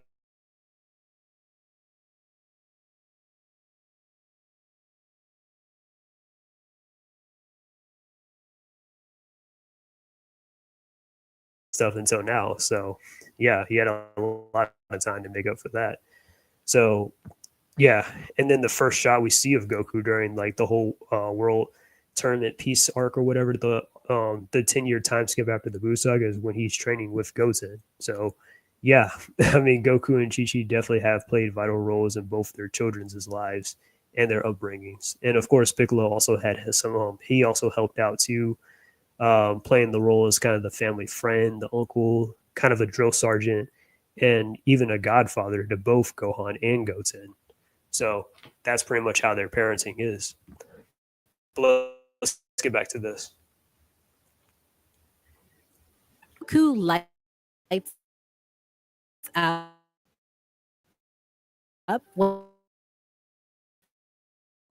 when he sees Frieza or Cell or Beerus. But when it comes to Likes to Chi fight Chi, pure strong opponents and stuff, and it kind of makes him feel a little kind of scared and nauseating, knowing that there's somebody out there just as tough, or if not tougher than him. And it's just like a challenge to kind of overcome. Like that's just his pride again as a martial artist. It's not the same as, oh yeah, I want to share my life with Frieza. I want to share my life with Cell. I want to share my life with Boo or something. No, I don't want to share my life with Chi Chi. I don't light up or anything. Like no, no, he just wants to beat them and stuff and overcome his like overcome himself. You know what I'm saying? That's kind of how Goku rolls, or that's how he gets down. So yeah.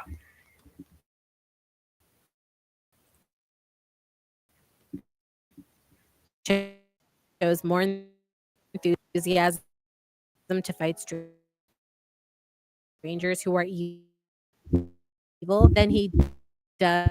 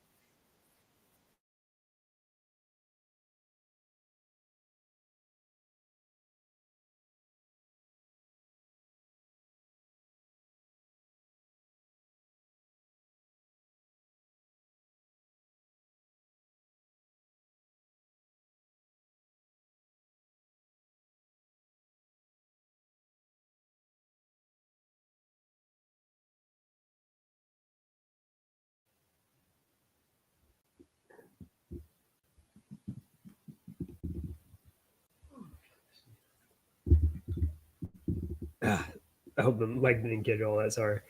Let me get back to the video.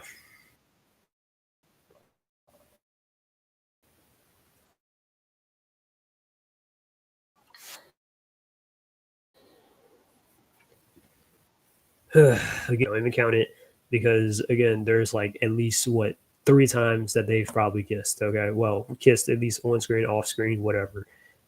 First time was during the tournament, which she actually brought up too, during the whole like proposal thing or whatever at the Piccolo Junior tournament, and then most likely at the wedding and stuff.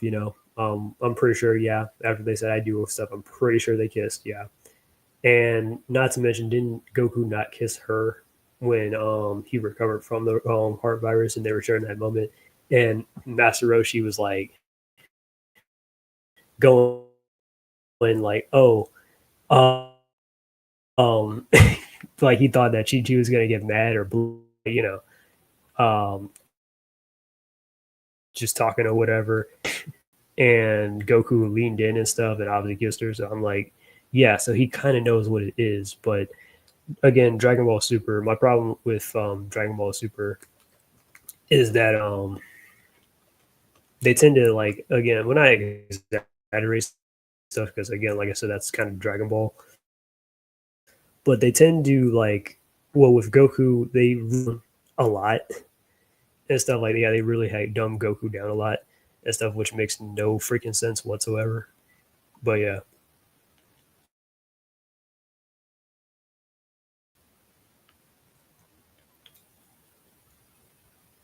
actually,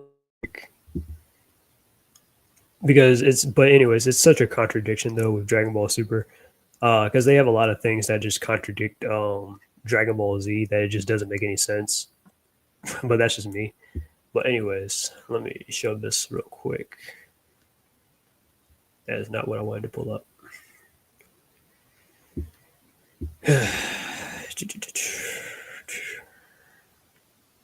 Okay, this is the thing that she was talking about from Dragon Ball Super with the. But I'm gonna explain that in a second. But let me just show this clip again, and it's only a minute and 32 seconds long. You can easily uh, do a quick YouTube search and you can find it. Like it's not that damn hard.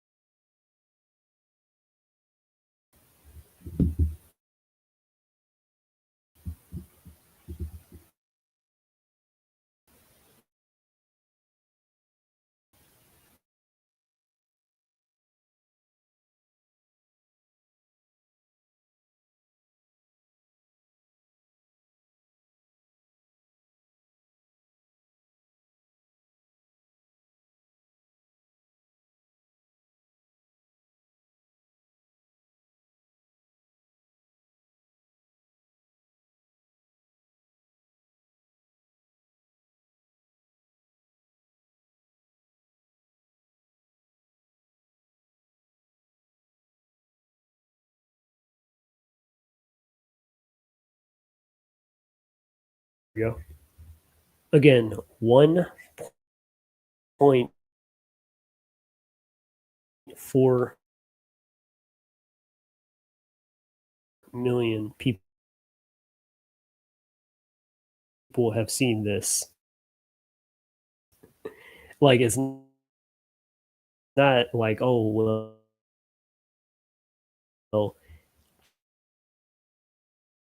there's no stock footage, there's no B-roll or whatever.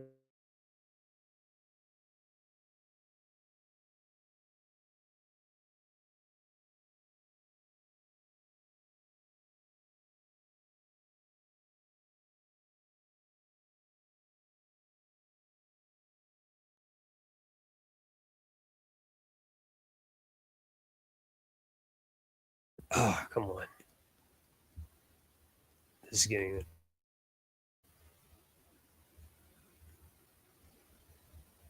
Yeah, I can clearly see that StreamYard.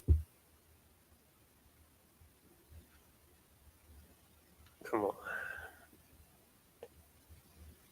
There we go.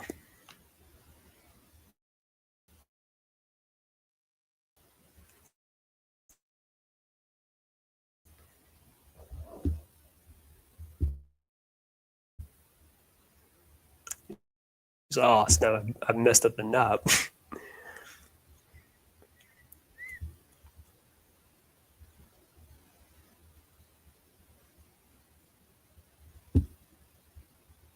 Yeah, they've totally, yeah, Goku totally doesn't know what a kiss is. Prediction. And yes, I understand that the whole thing is filler, but don't even give me that.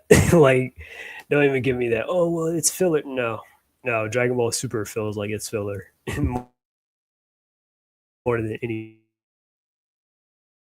if I'm going to be honest. Okay. But whatever.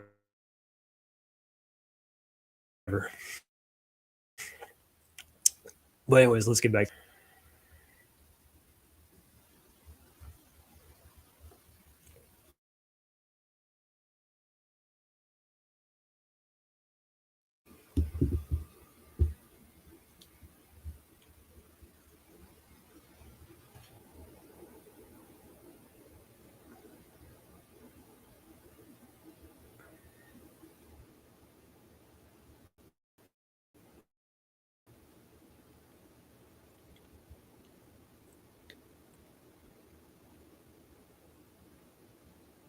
Going fast makes me feel alive at half the try. If you wait, bro, hang on. Y'all, I just had to throw this one in here because how can you not know what kissing is? Here we go. I know this was done in a scene where future Trunks helps Mai and he transfers the sensu bean to her while kissing. Which I kind of thought was always kind of cringe because Mai's kind of a grown woman. And I mean, look, I understand Trunks had like a crush on her and stuff because, reasons, I guess. But I always felt that was kind of weird. And personally myself, I felt like what would have been smarter would have been to like just have Mai have a daughter or something, and maybe her and Trunks had gotten together or something. I think that would be a lot more workable. But that's just me. And then though, yeah, because I was just like, all right, Trunks, you're probably doing a little bit too much there, Romeo. Why on earth would you even make it seem like Goku has no idea what kissing is? They made Goku forget that he had a granddaughter, that he forgot who Pan was, and then when Pan like tried to like spar with Goku and stuff, people were going like some of the fans were going, "Oh, see, that's no, shut up." I'm like, no, shut up. Goku knows he has a damn granddaughter. That's stupid. Okay, stop making this character stupid. It's like how I view how they treat Goku's characterization now in modern day. It's like kind of like Peter Griffin from Family Guy, where Peter Griffin, kind of like in Family Guy, because back in the earlier seasons of Family Guy, before I think Family Guy got canceled and then came back. Peter Griffin was actually a pretty decent dad. He wasn't like that terrible, abusive, immature. Well, he was a little immature, but not like, you know what I mean? But he was actually a pretty good, family man. That's why they called him the family guy, you know? Um, yeah, but he was really good to Meg and Chris and Stewie and all that stuff. He was an active parent and all that stuff. But later on, when Family Guy got canceled and came back and all that stuff, they kind of exaggerated Peter's characterization over the years and kind of made him more into like a blubbering fat moron and a terrible dad. And he's abusive towards Meg and jealous of Chris sometimes, I guess. I don't know. Or he's acting more like a brat and stuff. And robs Stewie of that luxury or whatever. You know what I mean? Like, yeah, that's what Peter has become, and that's kind of like what they're doing with Goku, where that's how they're treating Goku and stuff like Dragon Ball Super, and kind of in Dragon Ball Daima too. I'm like, what do you mean Goku's never? I'm sorry, I'm still on that subject. What do you mean Goku doesn't like to take baths? That's sort of a Japanese custom that they like to take baths, and plus, I've seen Dragon Ball Z before. I've seen Goku take baths before. It's not like he doesn't like being hygienic. So come on. But anywho, sorry. Where was I at saying something about hygiene and stuff like that? But anyways, so a lot of stuff is just kind of just there just for the sake of comedy, and it's not really funny. It's immature. It's stupid. Just like the little this character, this villain, insert villain here, whether it be Android 21, which I like her design, but let's say Android 21. Oh, she likes sweets. She likes junk food, or what was that one dude? Majin Do, I think, the fat one that was like from Dragon Ball Daima that was supposed to be a clone of Fat Boo or something. He was like he likes candy and sweets and all that stuff too, and it's like, oh my god, are we really doing this right now? That's what it feels like. But anyways, let's get back to this. But yeah, that's what Dragon Ball has sort of become now at this point, and I can understand why to some people it's kind of a turnoff. Like after like once you get past the Cell saga and stuff, even though I do like the Boo saga, but I'm just saying like, yeah, there's a very tonal shift between all that stuff though. Just reinforces the terrible chemistry between Chi Chi, and she wasn't even present in the room. Like the man has been to get them. So this question that Goku asked of what is kissing, like are they kissing? That was just so plain stupid It's and hard. not as Yep, funny as whoever I agree. wrote. Explain it to me. Bad. It makes Goku looking like a rose here. I mean, don't slap my Boma, or the bath thing where. But yeah, I was thinking about that when I was driving on the way home, and I was like, remember that one part where Vegeta was like, from Daima, where Boma was like, Vegeta, if you stop fighting now, I'll stop taking a bath with you. And then Vegeta's like, damn it, my weakness.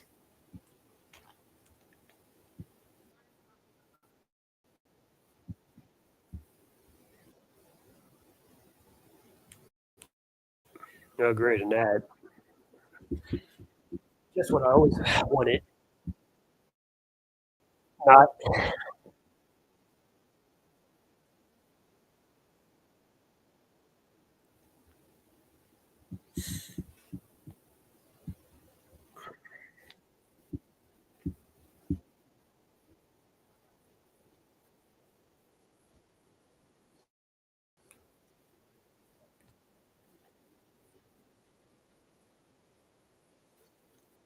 well, yeah, that's kind of her exaggeration. I mean, as a character, I mean, like, yeah, she's not going to always stay as that, like, and sometimes girls aren't going to be staying like that sweet, lovable kind of girl or cutesy kind of girl all the time. I mean, a part of that charm is still kind of there, but it's going to, like, when they get older and stuff, it's kind of not, it's going to, like, kind of drift and, become more like, once you're kind of together with somebody, you're like, yeah, you get a little stir crazy, but somewhat in a good way. Sometimes bad, but sometimes good, if you know what I mean. But anyways,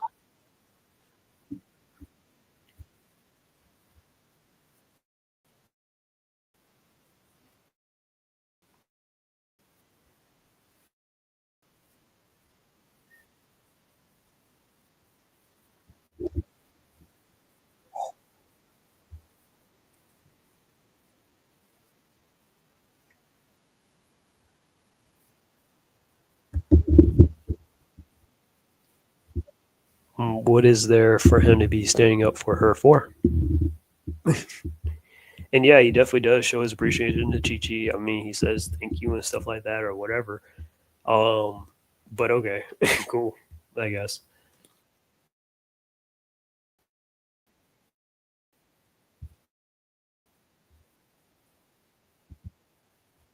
because she's a supporting character.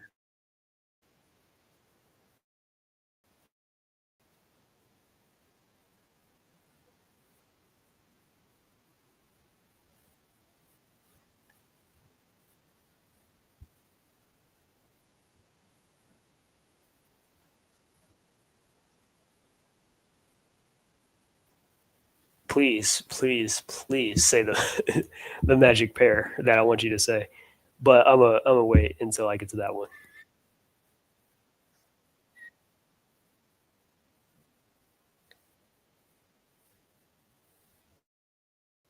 No one said that that would never solve all their problems. But okay,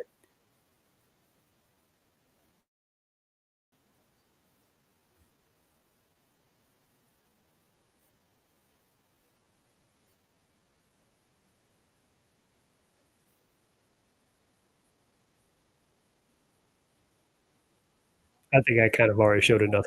I mean, Chi-Chi's a hero, but she's not really a hero. But okay. Oh, never. She doesn't have any heroic moments. Okay, but let's hear what she has to say before I interject again.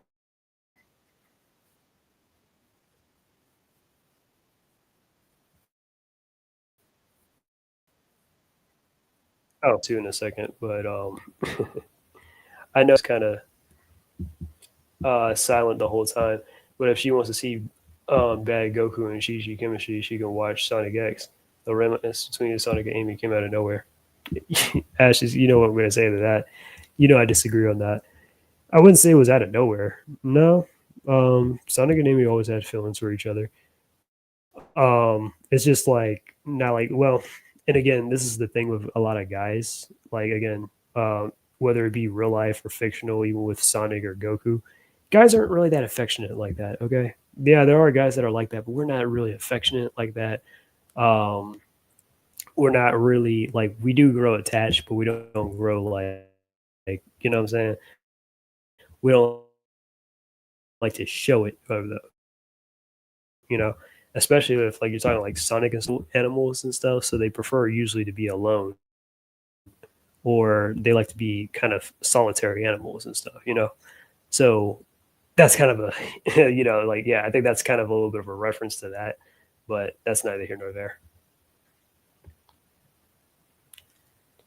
But oh yeah, I can't wait until imagine if she did make a Sonic X thing. I would be so on this video like white on rice. I would be on that video like white on rice if she was on like yeah if she was like talking trash about Son Amy because you know how I'm a huge Son Amy fan. So yeah, except the whole show presented Amy's affection as an obsession for laughs, just like the entirety of the 2000s era. I wouldn't really say the entirety of the 2000s era. Like remember those videos that I did because usually it was like when it came to spin-off stuff, not mainstream stuff because in the mainstream stuff, Amy was okay.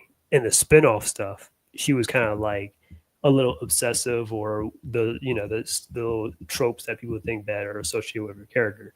Because going from like Sonic Adventure, well, one came out in '98, but still, Sonic Adventures 1 and 2, Amy is okay as a character. Sonic Heroes, I feel like people exaggerate that version of Amy too much or think, oh my god, she wasn't bad inside Sonic Heroes.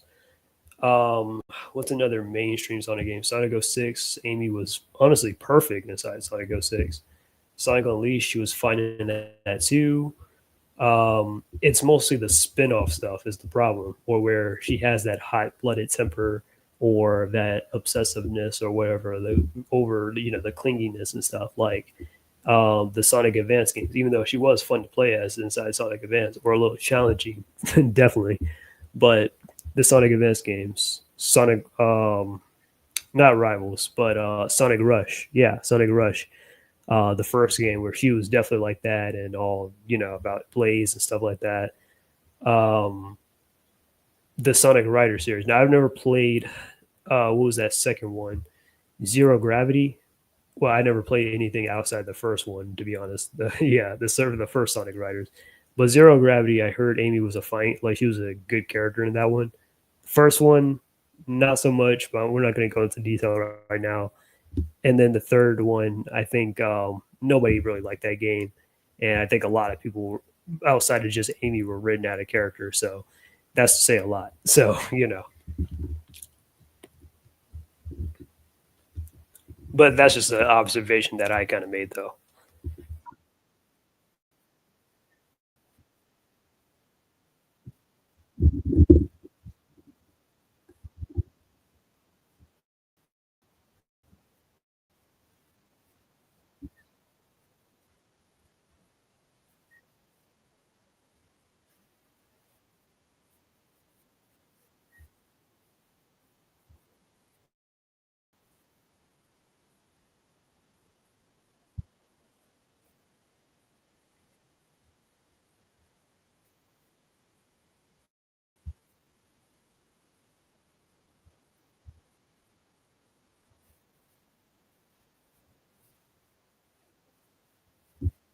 Well, yeah, because Beerus slapped his wife. I'm like, yeah, who wouldn't be pissed off? I mean, yeah, if it was somebody that slapped Chi Chi and stuff, yeah, I'm pretty sure Goku probably had the same reaction, be like, "You bastard," and then you know what I'm saying, and Goku would have tore them limb from limb or something. You know, I'm just throwing that out there, but yeah, you get the idea though. What was I gonna say before? Oh yeah, it's ironic how she says that. Oh well, Goku's never fought for Chi Chi and stuff like that. Oh, okay. Wasn't there a movie that you were bashing? I don't know. Wasn't it called, I don't know, Naruto the Last? Where that movie was literally about Naruto fighting for Hinata's honor and for her sake against Torniri and all that. No, or where they were giving her like Hinata some deserved spotlight, because honestly I feel like the Hyuga clan and a lot of their lore and their impact gets very neglected because they're a very powerful clan within the Leaf Village and has the best taijutsu ever. But no, okay, and one of the most powerful dojutsus in the entire world, which is the Byakugan, which is the primary ability of Kaguya. Let me just stop talking. Anyways, Ash is, I mean, I get the heroes in '06. Amy had a purpose. The problem that this fangirl gag overshadowed all this fans. Yeah, I mean, I'm not saying that. Yeah, it didn't resonate with a lot of people, but I think because like there's a difference, or there was probably like a whole translation kind of thing, or error kind of going on, or maybe like because in the East, and well, Ashes, you live in the East, so you probably know more so than me. But in the East, though, or with Japanese customs, it's kind of a lot more different compared to our American standards over here with the Western stuff, where we kind of saw that as like, oh, that's obsession. That's, oh, she's too clingy and stuff like that. Um, but it's a little bit different over there in Japan, though. But it's more so admiration, though. Not surprising that people didn't even talk about Amy at best. Hmm. But yeah, that's what I just had to say to that though. Is like, yeah, I mean, it's just more so like, how do I put this? Yeah, the Japanese version is just more so admiration, or strong admiration for Sonic. Of course, she's also in love with Sonic too, but it's like a lot of other stuff going on. But the Western stuff kind of made it more into like a sort of a gag-ish kind of thing or whatever, and then some of the spin-off stuff for the sake of comedy. Yeah, which a lot of us didn't like, so they kind of dialed that back a lot. So that was a very smart decision to do, because they were kind of making Amy into a very unlikable character around that time.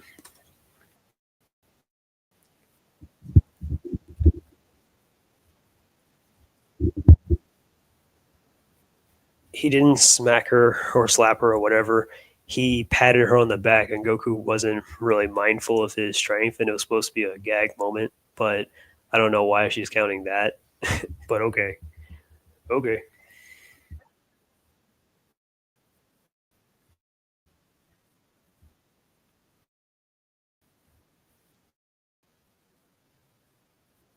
because it was a joke.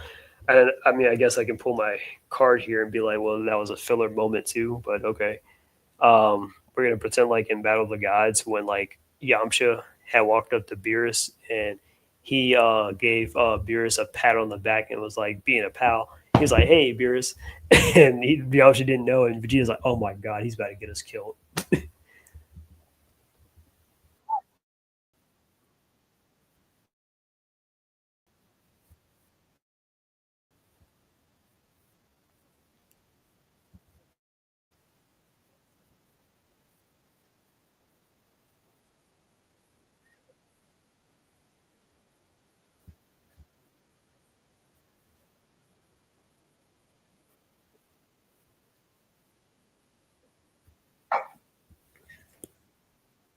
Again, I think I've already showed the clips of where he has, but okay, or where she's treated seriously, but no, okay, okay.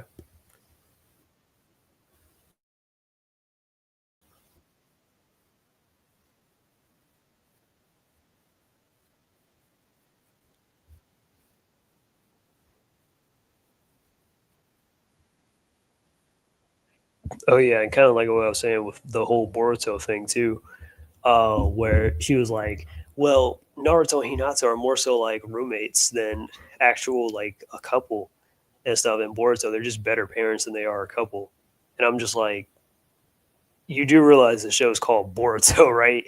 Literally, the show is about their son, just like with Dragon Ball Z.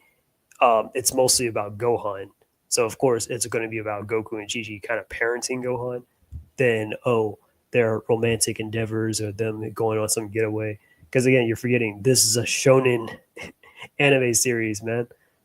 Like guys don't really look for that kind of stuff. They kind of like look for the power scaling, the fighting, the action, and stuff like that. I also kind of like that stuff too, and I also want a little bit of story and some more character dynamic because I always like to kind of mess around or fiddle around with like, hmm, I wonder if what if this character said this to that character or how they interact, that kind of thing. I just find that to be interesting as as a writer and stuff and as an artist.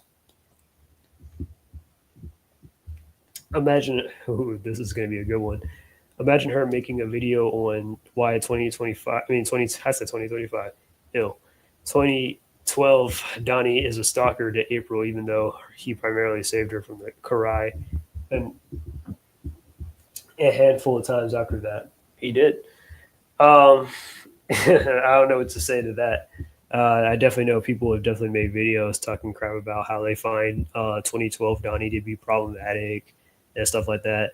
Yeah, I kind of admit that the relationship with April. I'm not saying Donnie can't have a attraction to April or anything. I'm not against that because that is the first girl that he's ever met and seen, so it makes sense.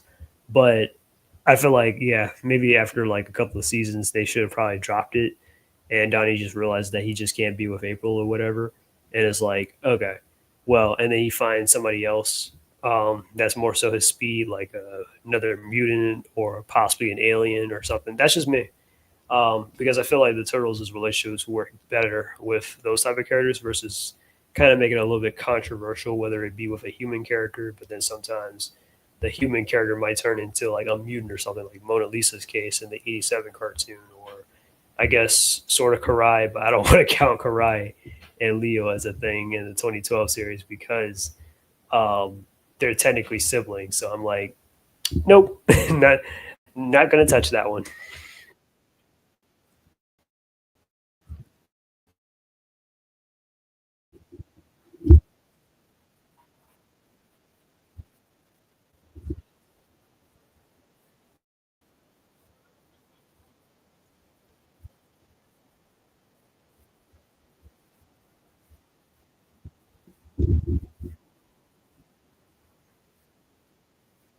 Literally, I've shown moments, and it's not even that hard. And I haven't. Well, I granted I did watch Dragon Ball Z. Like I said, I watched it a couple months ago because I bought the Sand Saga on the Blu-ray, on DVD and all that stuff around the time of my birthday. So that was cool, or with my birthday money. So that was pretty cool, and all that stuff. I'm actually thinking about rewatching the Namek Saga even, um, because I'm just like, I know what happens, but it's been so long since I've seen it. So I want to rewatch the Namek and the Frieza saga just because, I guess. Like, why not?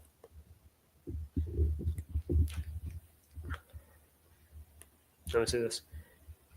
They shouldn't have dropped. The relationship was fine considering April didn't really see Casey as something serious. The show just abruptly kind of made them together in Power Insider. Nope, nope, nope, nope, nope. I'm gonna pretend like April and Casey got together in the 2012 version. I'm sorry, that is how it is. They got together. It is what it is. Um, yeah, and the Power Insider her, they had that moment where they like hugged or whatever because April thought that she had killed Donnie and stuff like that with her powers, or she kind of did, but she resurrected him with her powers, which is pretty awesome. But yeah, nope, nope, they did not become a couple. That's left a little ambiguous, so that's up to the audience's imagination.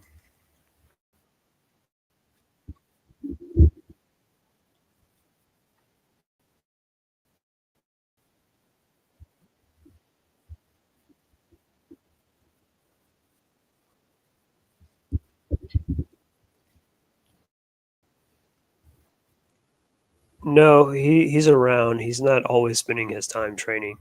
Yes, he works his job as a radish farmer and stuff. Again, because of Chi. Yes, he helps around. They all live in the mountains and stuff anyway. So to be honest with you, they really don't really need a lot of expenses like that, except for like maybe groceries and I guess yeah, because they technically own their own like property. So yeah, so it's not like they got to pay off their house or anything crazy like that. So I'm just saying like yeah, um, because they live in Mount Paz, if I'm not mistaken, and Mount Paz is where Goku kind of grew up in. So yeah, this whole notion of oh Goku would leave Chi Chi and stuff. He's the type of guy that will run out to get milk and never come back is stupid because I'm like so he's gonna run away from his own home and just leave Chi Chi in the dust and Gohan and Goten as well. Like you serious? Anyways, we're almost done with this video. Just got 3 more minutes.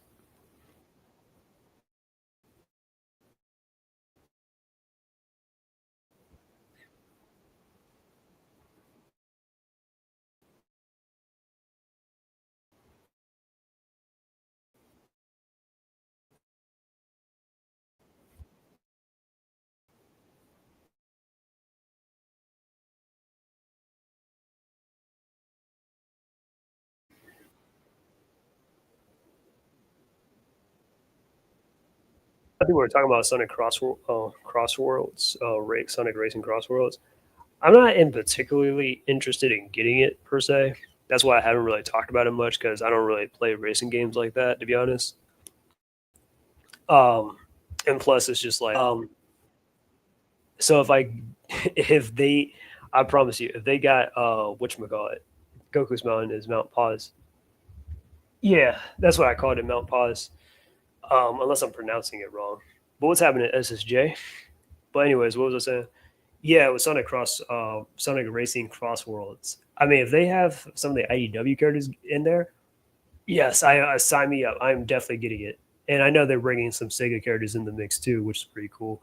But right now, I'm kind of like, I think I might be good. I'm not really. I mean, the graphics and some of the gameplay looks kind of cool, but I'm not really crazy about getting it though like that. I saw that from Ashes. Saw this from SSJ. Welcome to the stream. I mean, the worlds collide.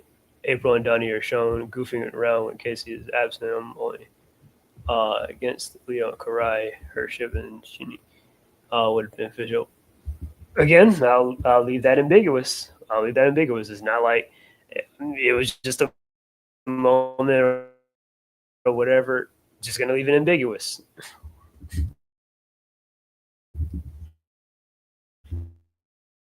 So does he love her? No, I mean he does. I mean she's kind of up there as like the people that he kind of cares about in his life. It's not like, and I mean though Goku of course cares about like somebody like Bulma and stuff, and I kind of view Bulma like for like Goku and stuff and Bulma. I feel like they have a brother sister like relationship if you want to like look at it like that in some kind of capacity. But yeah, I don't see Goku fantasizing or thinking about Bulma and stuff, and her being in danger. I mean, of course he cares about her, but I'm saying like, yeah, generally speaking, he kind of has dreams or nightmares and stuff of like something happening to Chi Chi than Bulma. You know what I'm saying? Or Krillin or Gohan and stuff. You know, I'm just wanting to kind of point that out. But okay.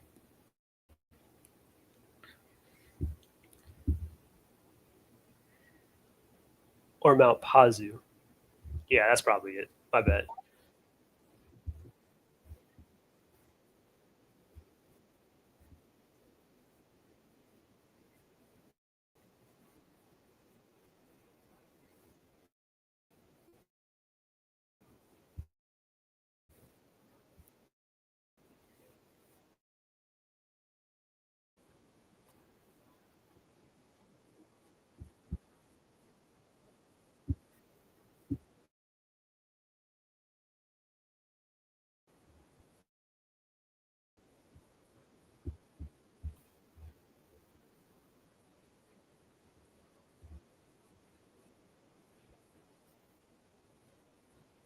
I feel like that's probably a lot more of an even worse message to be like, oh yeah, Goku and Chi Chi just hooked up that one time and just had kids together. Um, I think that's a pretty bad message to send in them. Just like, oh, because their marriage isn't terrible or anything. No, their marriage is fine and stuff.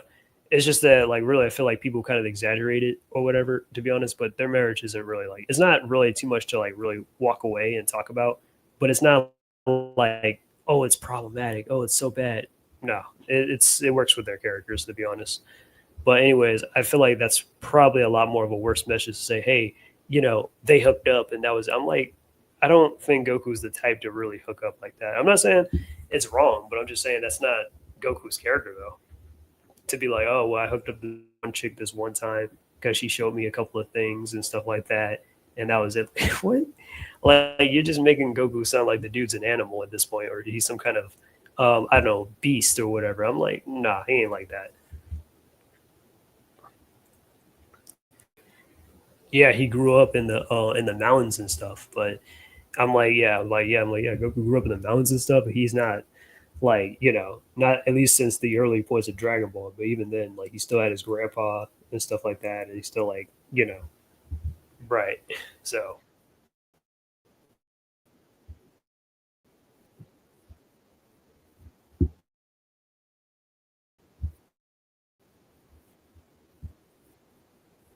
or Dragon Ball Z to begin with.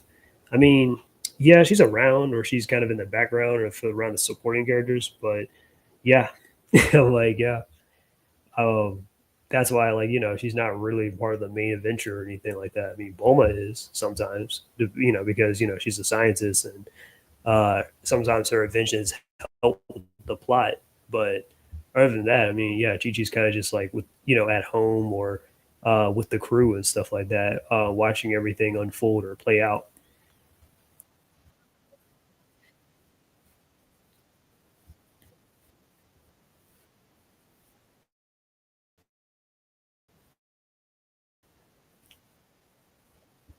I disagree with that, but I would say like guys are simple, and Goku's also a very simple guy too.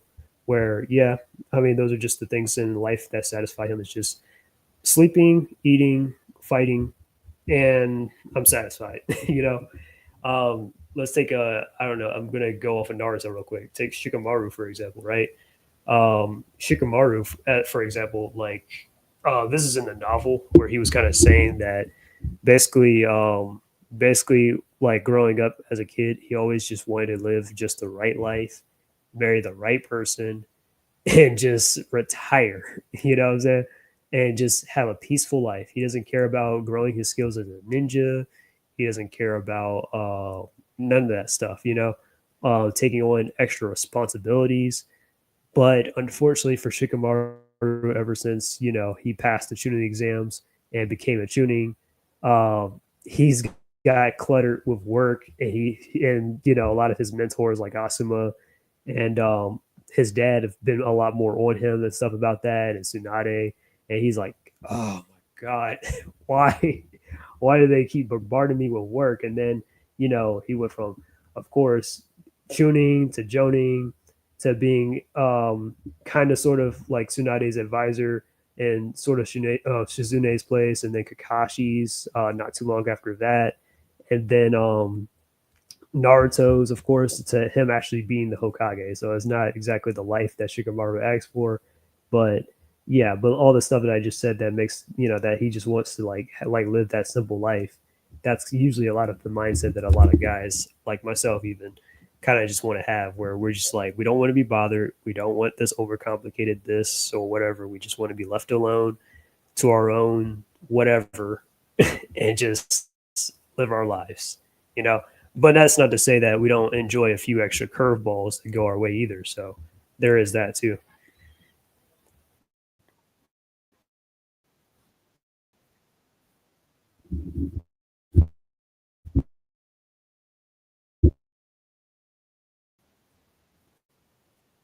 All right, I'll call it then.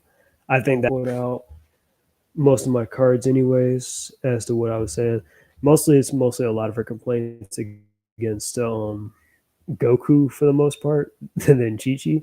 So apparently, I took more notes about defending Goku's position more so than Chi-Chi's, which is probably the first I've ever heard this. Because I usually see a lot of fans criticizing or shitting on Chi-Chi and whatnot, which that wouldn't surprise me. But I mean, this is kind of a female, so yeah.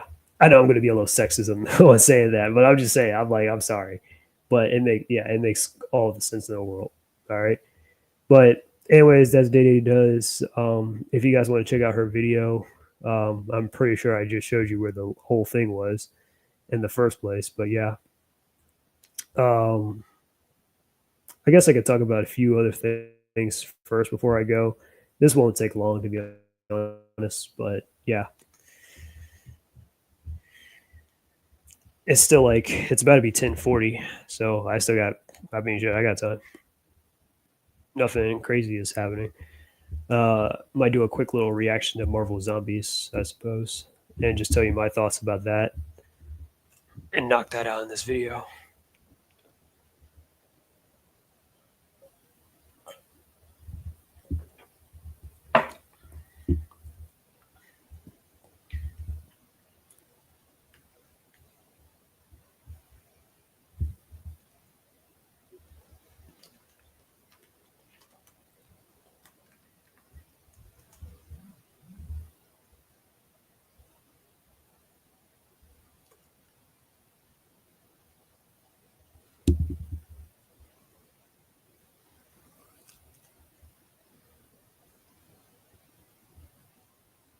Oh, brother, what is this? I'm sorry.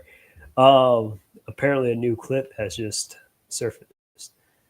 Uh, Featuring Spider-Man.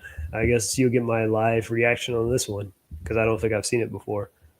Unless, no, wait, this is What If. Wait, I'm right tripping. No, this is What If. My bad. Yep. No, but I've seen it before. All right, I'm gonna go back. Oh yeah. I just remember the fourth issue, the fourth comic that I just got that I just now remembered.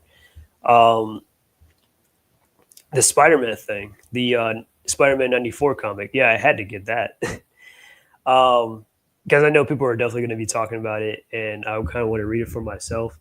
Because you remember how Spider-Man the animated series had ended off on a cliffhanger and all that stuff, and all that, and then where Peter wants to go get Mary Jane. I mean, to be honest though, we already knew that he got Mary Jane back anyway, so it's not like oh my god, what happened? What happened next? Like clearly he got Mary Jane. Yeah, there was supposed to be like a planned season of where Spider-Man was going to do like a whole bunch of extra dimensional travel and stuff like that to get her back. And I think Mysterio was supposed to be the main villain, but we might get some of that in this limited comic book run, which is kind of a dumb idea to make it kind of a limited comic book run for like I think it was 4 issues, and I'm like, you got to be kidding me. But I would like to see how they kind of explain the water clone Mary Jane thing and the real Mary Jane. So I'm like, so are they going to act like Peter, like because technically, like legally speaking, Peter is still kind of married to Mary Jane. You know what I mean? Because he married the water clone and all that. So I'm wondering how they're going to workshop all that stuff. But personally, myself, I want to see a conclusion with Spider-Man Unlimited because that was an actual continuation of Spider-Man animated series, and that left off on a crazy cliffhanger where I would have loved to see those ideas come to life. But yeah, But anyways, enough talk. Let me get back to Marvel Zombies and just share you my thoughts.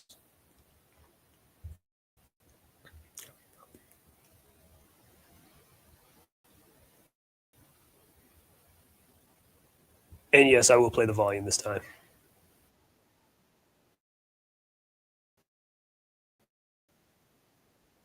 I started it and I didn't even share screen. My bad.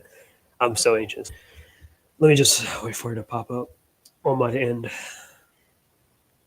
There we go.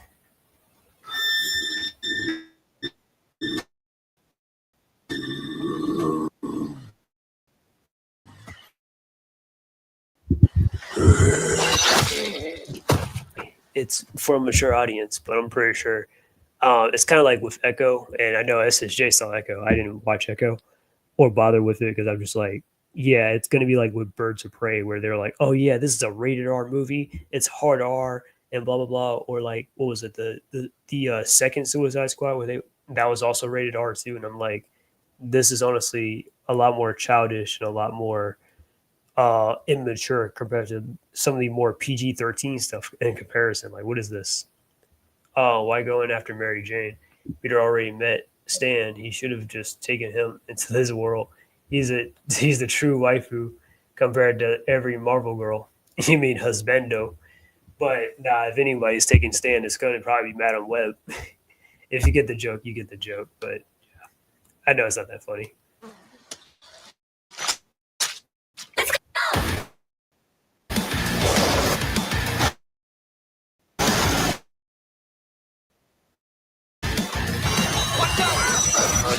Oh yeah, nobody cares. No Black Panther still. Is there a virus infecting your system? And they're coming for us. They really gotta stop making Elena like the new it thing. Like, I don't have a problem with Elena in particular or anything specific against her. Like, she's pisses me off or anything. No, but she's just not a breakout star kind of character. It's like, you guys are clearly trying to force her on us. Like, you try to make her the main character inside Thunderbolts. You try setting her up after Black. I know I'm not going in order here. You try setting her up after Black Widow. I mean, yeah, after Black Widow. You sort of made her the antagonist inside Hawkeye alongside with Echo. Um, it's just like, look, we get it, and now you're trying to put her inside Spider-Man and be like, oh look, that's that lady assassin from Spider-Man. Oh, isn't she cool, everybody? No, stop trying to force this character on us. We don't care. That's why we don't like a lot of these characters, like Miss Marvel or even Carol Danvers, and Carol Danvers is a lot worse. All right. We got a world to save. Marvel, Anymore. and they actually said his name correctly, not Namor. I can't say it. Yeah, but they actually said his name correctly. The mustache is still stupid though. But I know they're trying to like emulate the actor and all that, but it's still a stupid look.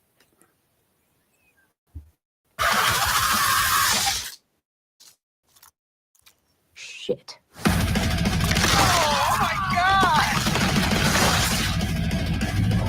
And with this whole joking and all this stuff or whatever, it's just like, I don't have much care for it. It's like, yeah, you guys aren't changing your ways, so it's like, yeah, you're just like, oh, well, it's gonna have a little bit more bloody gore, and they're gonna be able to drop some f bombs and stuff like that, and say some vulgar, colorful language or whatever. You know what I mean?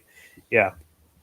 And then the zombie Thanos thing. I mean, Thanos is cool and all, but honestly, what if? And honestly, almost every like Marvel project after Endgame, in my opinion, I feel like kind of just stayed on disrespecting Thanos, because Thanos was such a high level villain that every time they want to introduce like a new villain or introduce like, oh my god, see, look how powerful this character is, they always scale them to like Thanos and be like, see, this guy can beat Thanos. This guy is a lot more higher and can beat Thanos in one shot.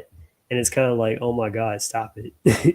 You're undermining Thanos' importance, or undermining his skills, his powers, his abilities.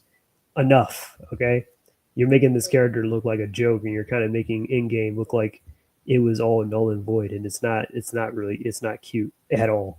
Okay. But anyways, let me get back to this. And then when I saw him as a zombie and What If, I was like, oh, of course, because Thanos. Like I only watched one season of What If, and Thanos was getting beat up a lot. He was getting defeated easily, and I'm just like, you've got to be kidding me.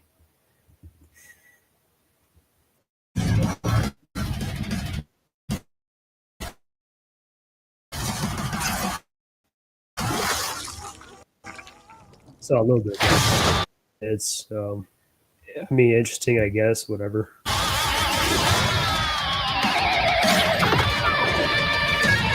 Oh, I mean, the Moon Knight blade is kind of cool. I'm not gonna lie. When I saw this, I couldn't really make out if that was Blade, Moon Knight, or Ronin. I was like, wait, is that Blade, Moon Knight, Ronin? I was like, wait, who? Yeah, but obviously it's Mahershala Ali's likeness and stuff, and obviously, yeah. But I heard he's not voiced by Mahershala Ali though, which is kind of dumb. But yeah, but they're trying to get Blade off the ground, but they're doing a piss poor job at doing it. I mean, at least he didn't. They didn't present the leader more powerful than Thanos. Yeah, I guess so. Yeah.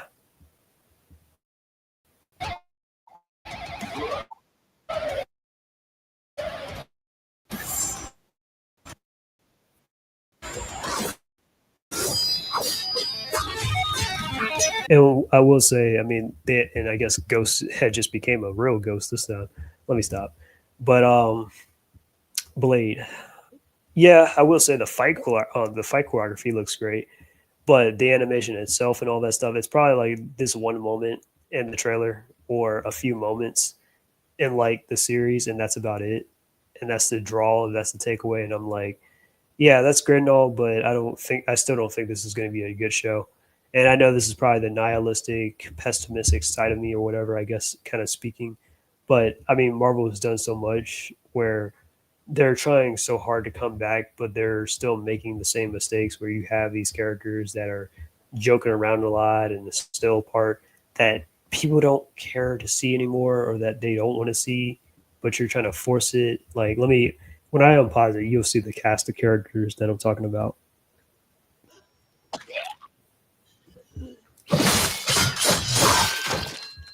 Whoa. And imagine if like they did this for the first episode and then just immediately kill off Blade, and then he's like, Elena, oh, I trust everything to you, bruh. That would piss off so many people.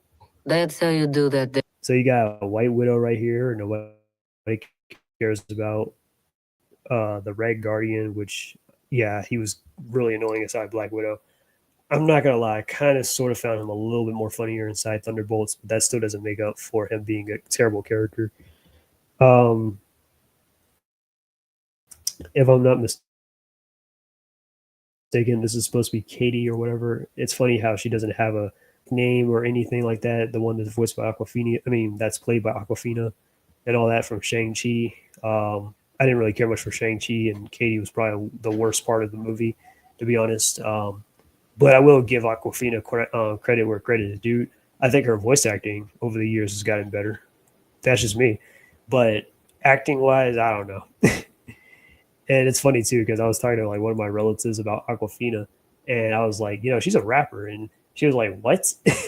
She's what? She sounds like she's 40. Why is she? Oh, she's a rapper." And then she listened to some of her songs. She's like, "I mean, she's not bad, but huh?" Then. Wow.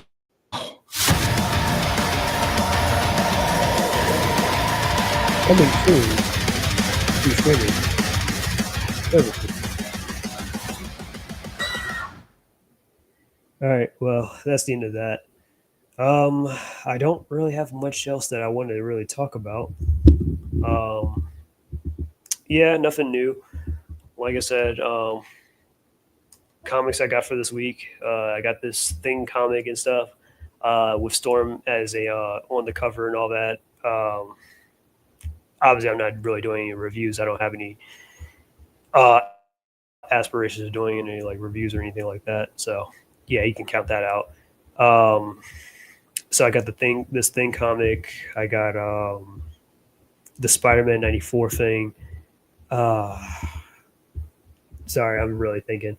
What did I get from the comic book store? The TMNT Jason Aaron thing, the recent issue, and Absolute Wonder Woman. That's pretty much all I got. Um,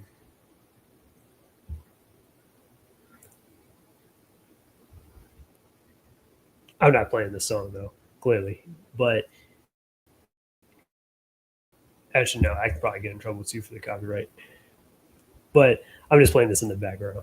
But anyways, yeah, I'm rewatching and finishing up Yu-Gi-Oh! 5Ds after all this time. I just started, so I finished up like 10 episodes. Definitely feels nostalgic of rewatching Yu-Gi-Oh! After all this time. The last time I actually watched Yu-Gi-Oh! Was at least 8 years ago.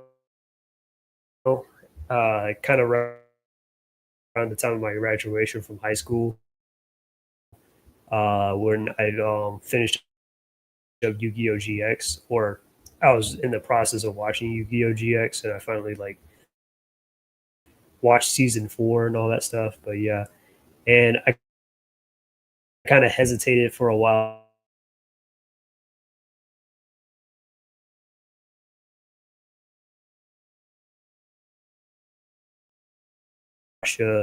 And what else have I watched in between all this time? Digimon has been. Oh yeah, Kenichi History is Mighty Society. That's another 50 something episodes. I cleared that in less than a month and stuff, because I was really on it. So yeah, yeah. So I'm rewatching Yu-Gi-Oh! 5Ds. I'm watching Dragon Quest. I might go watching the '90s version of it. So I'm gonna get on the remake so I can kind of see how the story plays out and stuff, because I want to take some inspiration from like stuff like Dragon Quest or whatever, or isekais type of stuff, or those like JRPG type of things, and apply that to my own characters and stuff. I'm pretty sure you guys saw my video. If not, I guess.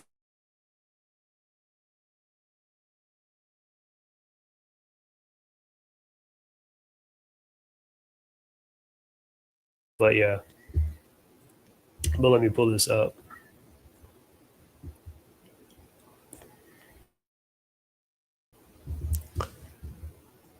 Going fast makes me feel alive. My heart beats and have to try.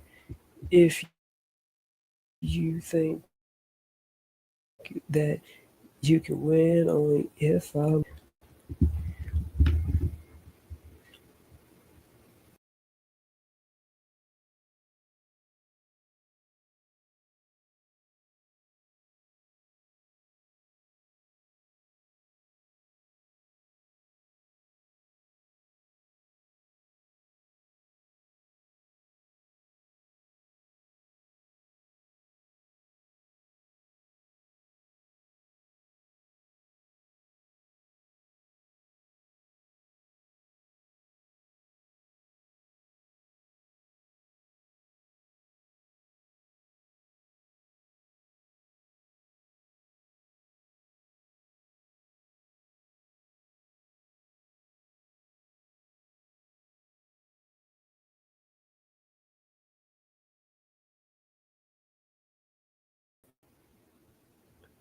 All right, I am back. Sorry about that.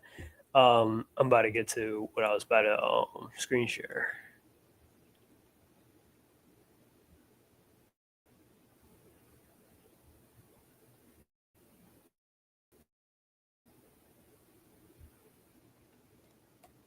Anyways, I kind of built up a new channel, um, mainly in celebration to a degree for my 11th year on DeviantArt, because this year is the 11th year I've been on DeviantArt. I made a DeviantArt account on August 14th. I believe this was like what 11 years ago, so 2014 when I was 15. So ironically, it's the day after my sister's birthday. So that's the irony. But anyways, um, so that's how I'm able to definitely remember the date and all that stuff too. So it helped. But anyways, this is my little animation that I had made recently. I'll be posting a lot of my animations over here. I mean, I'll still post it on my main channel, of course. I mean, don't, yeah. And I have to probably put this animation to a part of the shorts or something as well. But anyways, yeah.